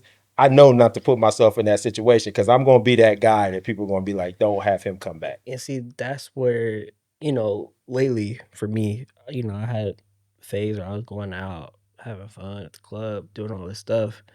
But then it was just like, not saying I'm better than anybody or anything like that, but it was just like, yo, like, y'all really enjoy this stuff. And like for me, I got corporate clients to wake up to and report Right. to in the morning. Right. Y'all out till 5 a.m. in the morning. Right. I gotta be up at 6. Y'all Right. like, you know what I'm saying? I got stuff to do. You Like gotta be responsible, man. our lives right now, we're both the same age, but we can't. And matter of fact, I just shouldn't be here. Y'all, I'm not saying y'all shouldn't have y'all fun. Right. Y'all go live y'all life, have y'all Right. fun. But right now, it's not the place I need to be in. So lately, this past like 2 or 3 months, I've really just been like work, coming home, Yep. find a show, watch some sports, do some. I don't like. I hate buying liquor at the club. I hate buying liquor at the bar. Even I'll get a bottle. Shit, I'm not doing it at all. I'll go get a bottle. I can go to the liquor store and get a bottle of whiskey for 40. Yeah, exactly. You know what I'm saying? So I'll be damned if I go to a spot and I'm paying 25 for a 2-ounce pour. Yeah, Crazy. you crazy. You crazy as hell. Like I'm just not doing it because I $30 just for Hennessy. I'll charge for a cup of Hennessy. right. You Like dude. there's just like the whole go to the club, we get a table, buy a bottle. It's stupid. Like I feel like if you look at the most successful people, you don't see them doing that type of shit. No. Because they know that it's such a complete waste of money. Mm-hmm. And most people that do stuff like that, they're just as undisciplined in every other aspect of their life. And that's the thing. Like it would be a rarity that you would have somebody that was doing all the right things, but they waste their money on this, but that's the only thing that they waste their money on, or that's the only bad decision that they make. That's the exception. Most people that it's like, if you're worried about getting a table and buying a bottle, those are the same people that can't pay their rent. Yep. So it's like you care more about the show of having a table and buying a bottle than thinking this is such a waste of money and I got rent that's due in a week. I should definitely take that money and apply it to my rent. Yeah. That's just dumb. But you have people that it's like that's the optics. They care more about that because that looks better. Nobody cares about the guy that's just grinding and paying his rent on time. No, exactly. You know what I'm saying? Like you holler at a girl and it's like, what you doing? Hey, I just be paying my bills and just chilling. That's not exciting. And see, that's what's crazy to me because, back to the social media thing. I had homegirls tell me, oh, this guy, he's on flexing money, but he's broke. This guy out here, he's flexing, he's doing money spreads, but he's broke. He don't want to pay for nothing. And I started telling them, I said, look, real note, unless that man do whatever, got a lease or a house in his name, like shelter in his name, and a car in his name with insurance and everything else, and bills are paid. Yep. And then he go flex, he go do money spread. Right, exactly. That's who you want to deal with. But the man who ain't got none of that, because if that's the case, I could flex rent money every month on the gram. You know what I'm saying? It'll look nice. Right. But it's like, people look at he got all that money, but really it's not like he had what, 4,000. Okay, on a month to month, that's somebody's rent, groceries, and car insurance. Right. And so if he flexed down, he got all that stuff too. Oh, okay, I can respect that. Exactly. Right. Same. Like I can respect that. Like if all your financial obligations have been met, you know what I'm saying? You invested, you got your savings, you doing all that, and then you got, your extra. hey, you know, I don't think it's smart to do that, but No, you know, if that's what you yeah, want to do, hey, I can respect it. Cool. but don't. But most guys are exactly like what you said. Like Yeah, that is, you know, rent money, that's, you know, child support money, that's, yeah, you know, things where it's like that money already has been called for. yeah. You know what I'm saying? And it's like they're flexing that like they got it like that. And it's like most people don't, No, because most people that have that kind of money, that's not the type of stuff that they do. yeah, And I don't know why people can't realize that. Like yeah, successful people aren't doing that type of stuff. yeah, You know what I'm saying? And the ones that are, trust and believe, you can be it'd be a pretty safe bet that it's like they're not living that life. Like they don't really have it like that. Like they're yeah. doing all that for the show. They're not really doing it like that. And that's always my mindset. Same with shoes, same with clothes. Yep. Even if y'all ever see me, man, I'm probably dressed like this. Same. I'm You seen me. simple. I Yeah, always got on this work shirt. yeah, you Okay. do. Usually I got sweats on. I decided Yeah, to at least put on some nice pants for the pod today. You know what I'm yeah. saying? And they're I repping my forgot. guys brand Brass Rain. You know, check it out. Yeah, But usually, yeah, it's like anywhere I go, like I'm repping Toglife Media. Because yeah. why the hell would I want to rep any other brand when I got my own company? Mm-hmm. You know what I'm saying? I'm doing my own thing. Like, what would be the point of me ever repping somebody else's brand and helping them make money when I Yeah, got a brand, a company myself? I'm yeah. always going to rep my shit. I feel that. You know what I'm saying? So it's like if there's any girl that it's like, oh, like you don't be dressing fly, you don't got no drip. I sure as hell don't. That's me too. You know what I'm saying? I I suck. sure as hell don't. Like, now, I'm not the guy for you. Like, I don't want no girl that's like, that's what you care about. Like, you don't care about me repping my brand and bringing more money into my brand and being more successful. Like, that's not what you care about. Like, you just care about the show of what I'm wearing and it's Mm-hmm. not designer. Cool. But like you Like, said, I'm not the guy for you. paying your rent on time and handling your bills, that's not cool to Right. these females nowadays. But Right. then they want the man. But they be getting mad months later. Oh, he don't do nothing. Right. Well, what you expect him And to you knew do? he wasn't. Yeah, like Okay. You knew he wasn't. you Like, knew you he knew wasn't that going to do man that. wasn't shit. Yeah, We, like, you got you can't. it could be a whole nother podcast Yeah, it got to where be. we talk about like just Yeah. girls and stuff. Cause like so I've always had like a lot of female friends and I love that because I love getting like the female perspective on Yeah. stuff, especially when it's like it's a very mutual friendship. So it's like they can be Mhm. real with me, I can be real with them. So I really get like, you know, just the way that females think. And I couldn't even tell you like just how many times I hear stuff and I'm just like, the signs of what was going to happen was there from day one. Oh yeah. And it's like you focused on these other trivial things that didn't matter. And that's what was important to you at the time. And then when all of this stuff happens, you want to act surprised and hurt. And it's like the story that you just told me, like from the very beginning, I could have told you this was going to be the outcome. I would have bet money Yeah. that this was going to be the outcome. Yeah. But it's like y'all don't care. Cause like in the moment, you're only focused on, oh, well, he take me out. He spend money on me. The sex is good. Yep. He look good. And that's all you care about. And Yep. then when that wears off, because it will, or he's going to go mess with some other girl, because he will. Now all of a sudden your feelings is hurt and you pissed and he ain't shit and all men ain't shit. And it's like, no, the men you pick aren't shit. Facts. Okay. There's a lot of men out here that are good, but it's not cool to be with them. Yeah. Those men aren't exciting enough for you. Mm-hmm. You know what I'm saying? So you pick the ones that are exciting in the moment, but then you also want the stability that comes with being with a good guy. And it's like, you're never going to find the You're guy not that gonna does find both. it. You're not going to find the bad guy that's a good boyfriend. Yeah. No. It just doesn't work that way. You got to Don't. pick one or the other. And most girls don't, they can't handle that. Yeah. But all right, man. We at the 2-hour mark. Shit. You got any? Gonna be able to clip a bunch of clips off of this bad boy. Man. You got any last questions? Anything you want to get off your chest before we head on out of We here? just gonna have to do another We gonna podcast have because to, I man. do got some there was some more questions that's like just life personal stuff. But yeah, we'll have to do another pod. Definitely. Yeah. We can film that literally whenever, man. Yeah, All right. yeah, for sure. Man, time go by. It go by No, quick. it do go by fast on this Yeah, podcast. You know what I'm saying? Like, yeah. I gotta be consider the people watching. Like, okay, yeah, we at that 2-hour mark. They probably like, yo. You know, I just always say like, well, podcasts, if you keep the conversation good and you keep it flowing good, like people will tune in. Oh, you know, I You know agree. what I'm saying? Like people will tune in, and I try to at least give substance. Like anytime, like Yeah. I'm talking, I try to give some substance, throw some tips in there, throw some Yeah. little life tips, you know, whatever, just to make it worth. Because I'm just an ordinary guy, like So it's Yeah. like when people listen to you. That's the thing about these podcasts. Like when somebody is like they give you your time to listen. Like, hey, we appreciate that. Yeah, You of know what I'm course. saying? So we want to make sure we're giving you something where it's like Of it's worth your course. time. You know what I'm saying? Yeah, I don't mind Yeah. it going long. when I feel like it's a good episode Mm-hmm. because I part of you know doing podcasts, I actually watch, listen, and study Right. other podcasts, Yep. and I have my own favorite podcast. Yep. I show love. I subscribe to people's like Yep. Patreons, and I give them $5 a month. Yep. Um, and there's been times where literally I will be in my car, I'll start it, pause it, go inside the store real Yep. quick, come back, play it again, and next thing you know, I'm around here, it's playing on the speakers, and Yep.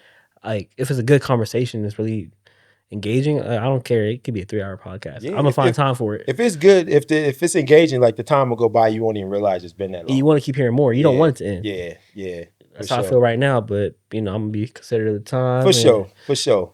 Yeah. 2 hours in. That's crazy. yeah. That's crazy.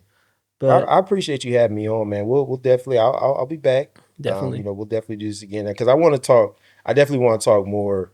I got some life questions, and it's I definitely want to get your insight because you're younger. Okay. You know what I'm saying? So it's like to be able to have like my perspective of just being a little bit older, and you are going to be more relating to kind of Yep. you can relate more to where culture is Yep. right now, just because like you didn't have the experience of what things were like, especially like pre-social media and just like a lot of things now. Like you kind of was born into it. Yeah. I'm old enough to where like I had a pager. You know what I'm Ooh. saying? Where it's like we ain't have no cell phone. You Yeah. know what I'm saying? You had to pay somebody, then you had to hit a pay phone and call them. So it's like I lived in that era. Yeah. Which was way different than growing up in the social media area and all this stuff. So yeah, that's it. We definitely need to do another podcast and talk about that Definitely. because there's a lot of things we could talk about. Definitely. Yeah. All right, y'all. Well, that being said, I'm out of here. Peace.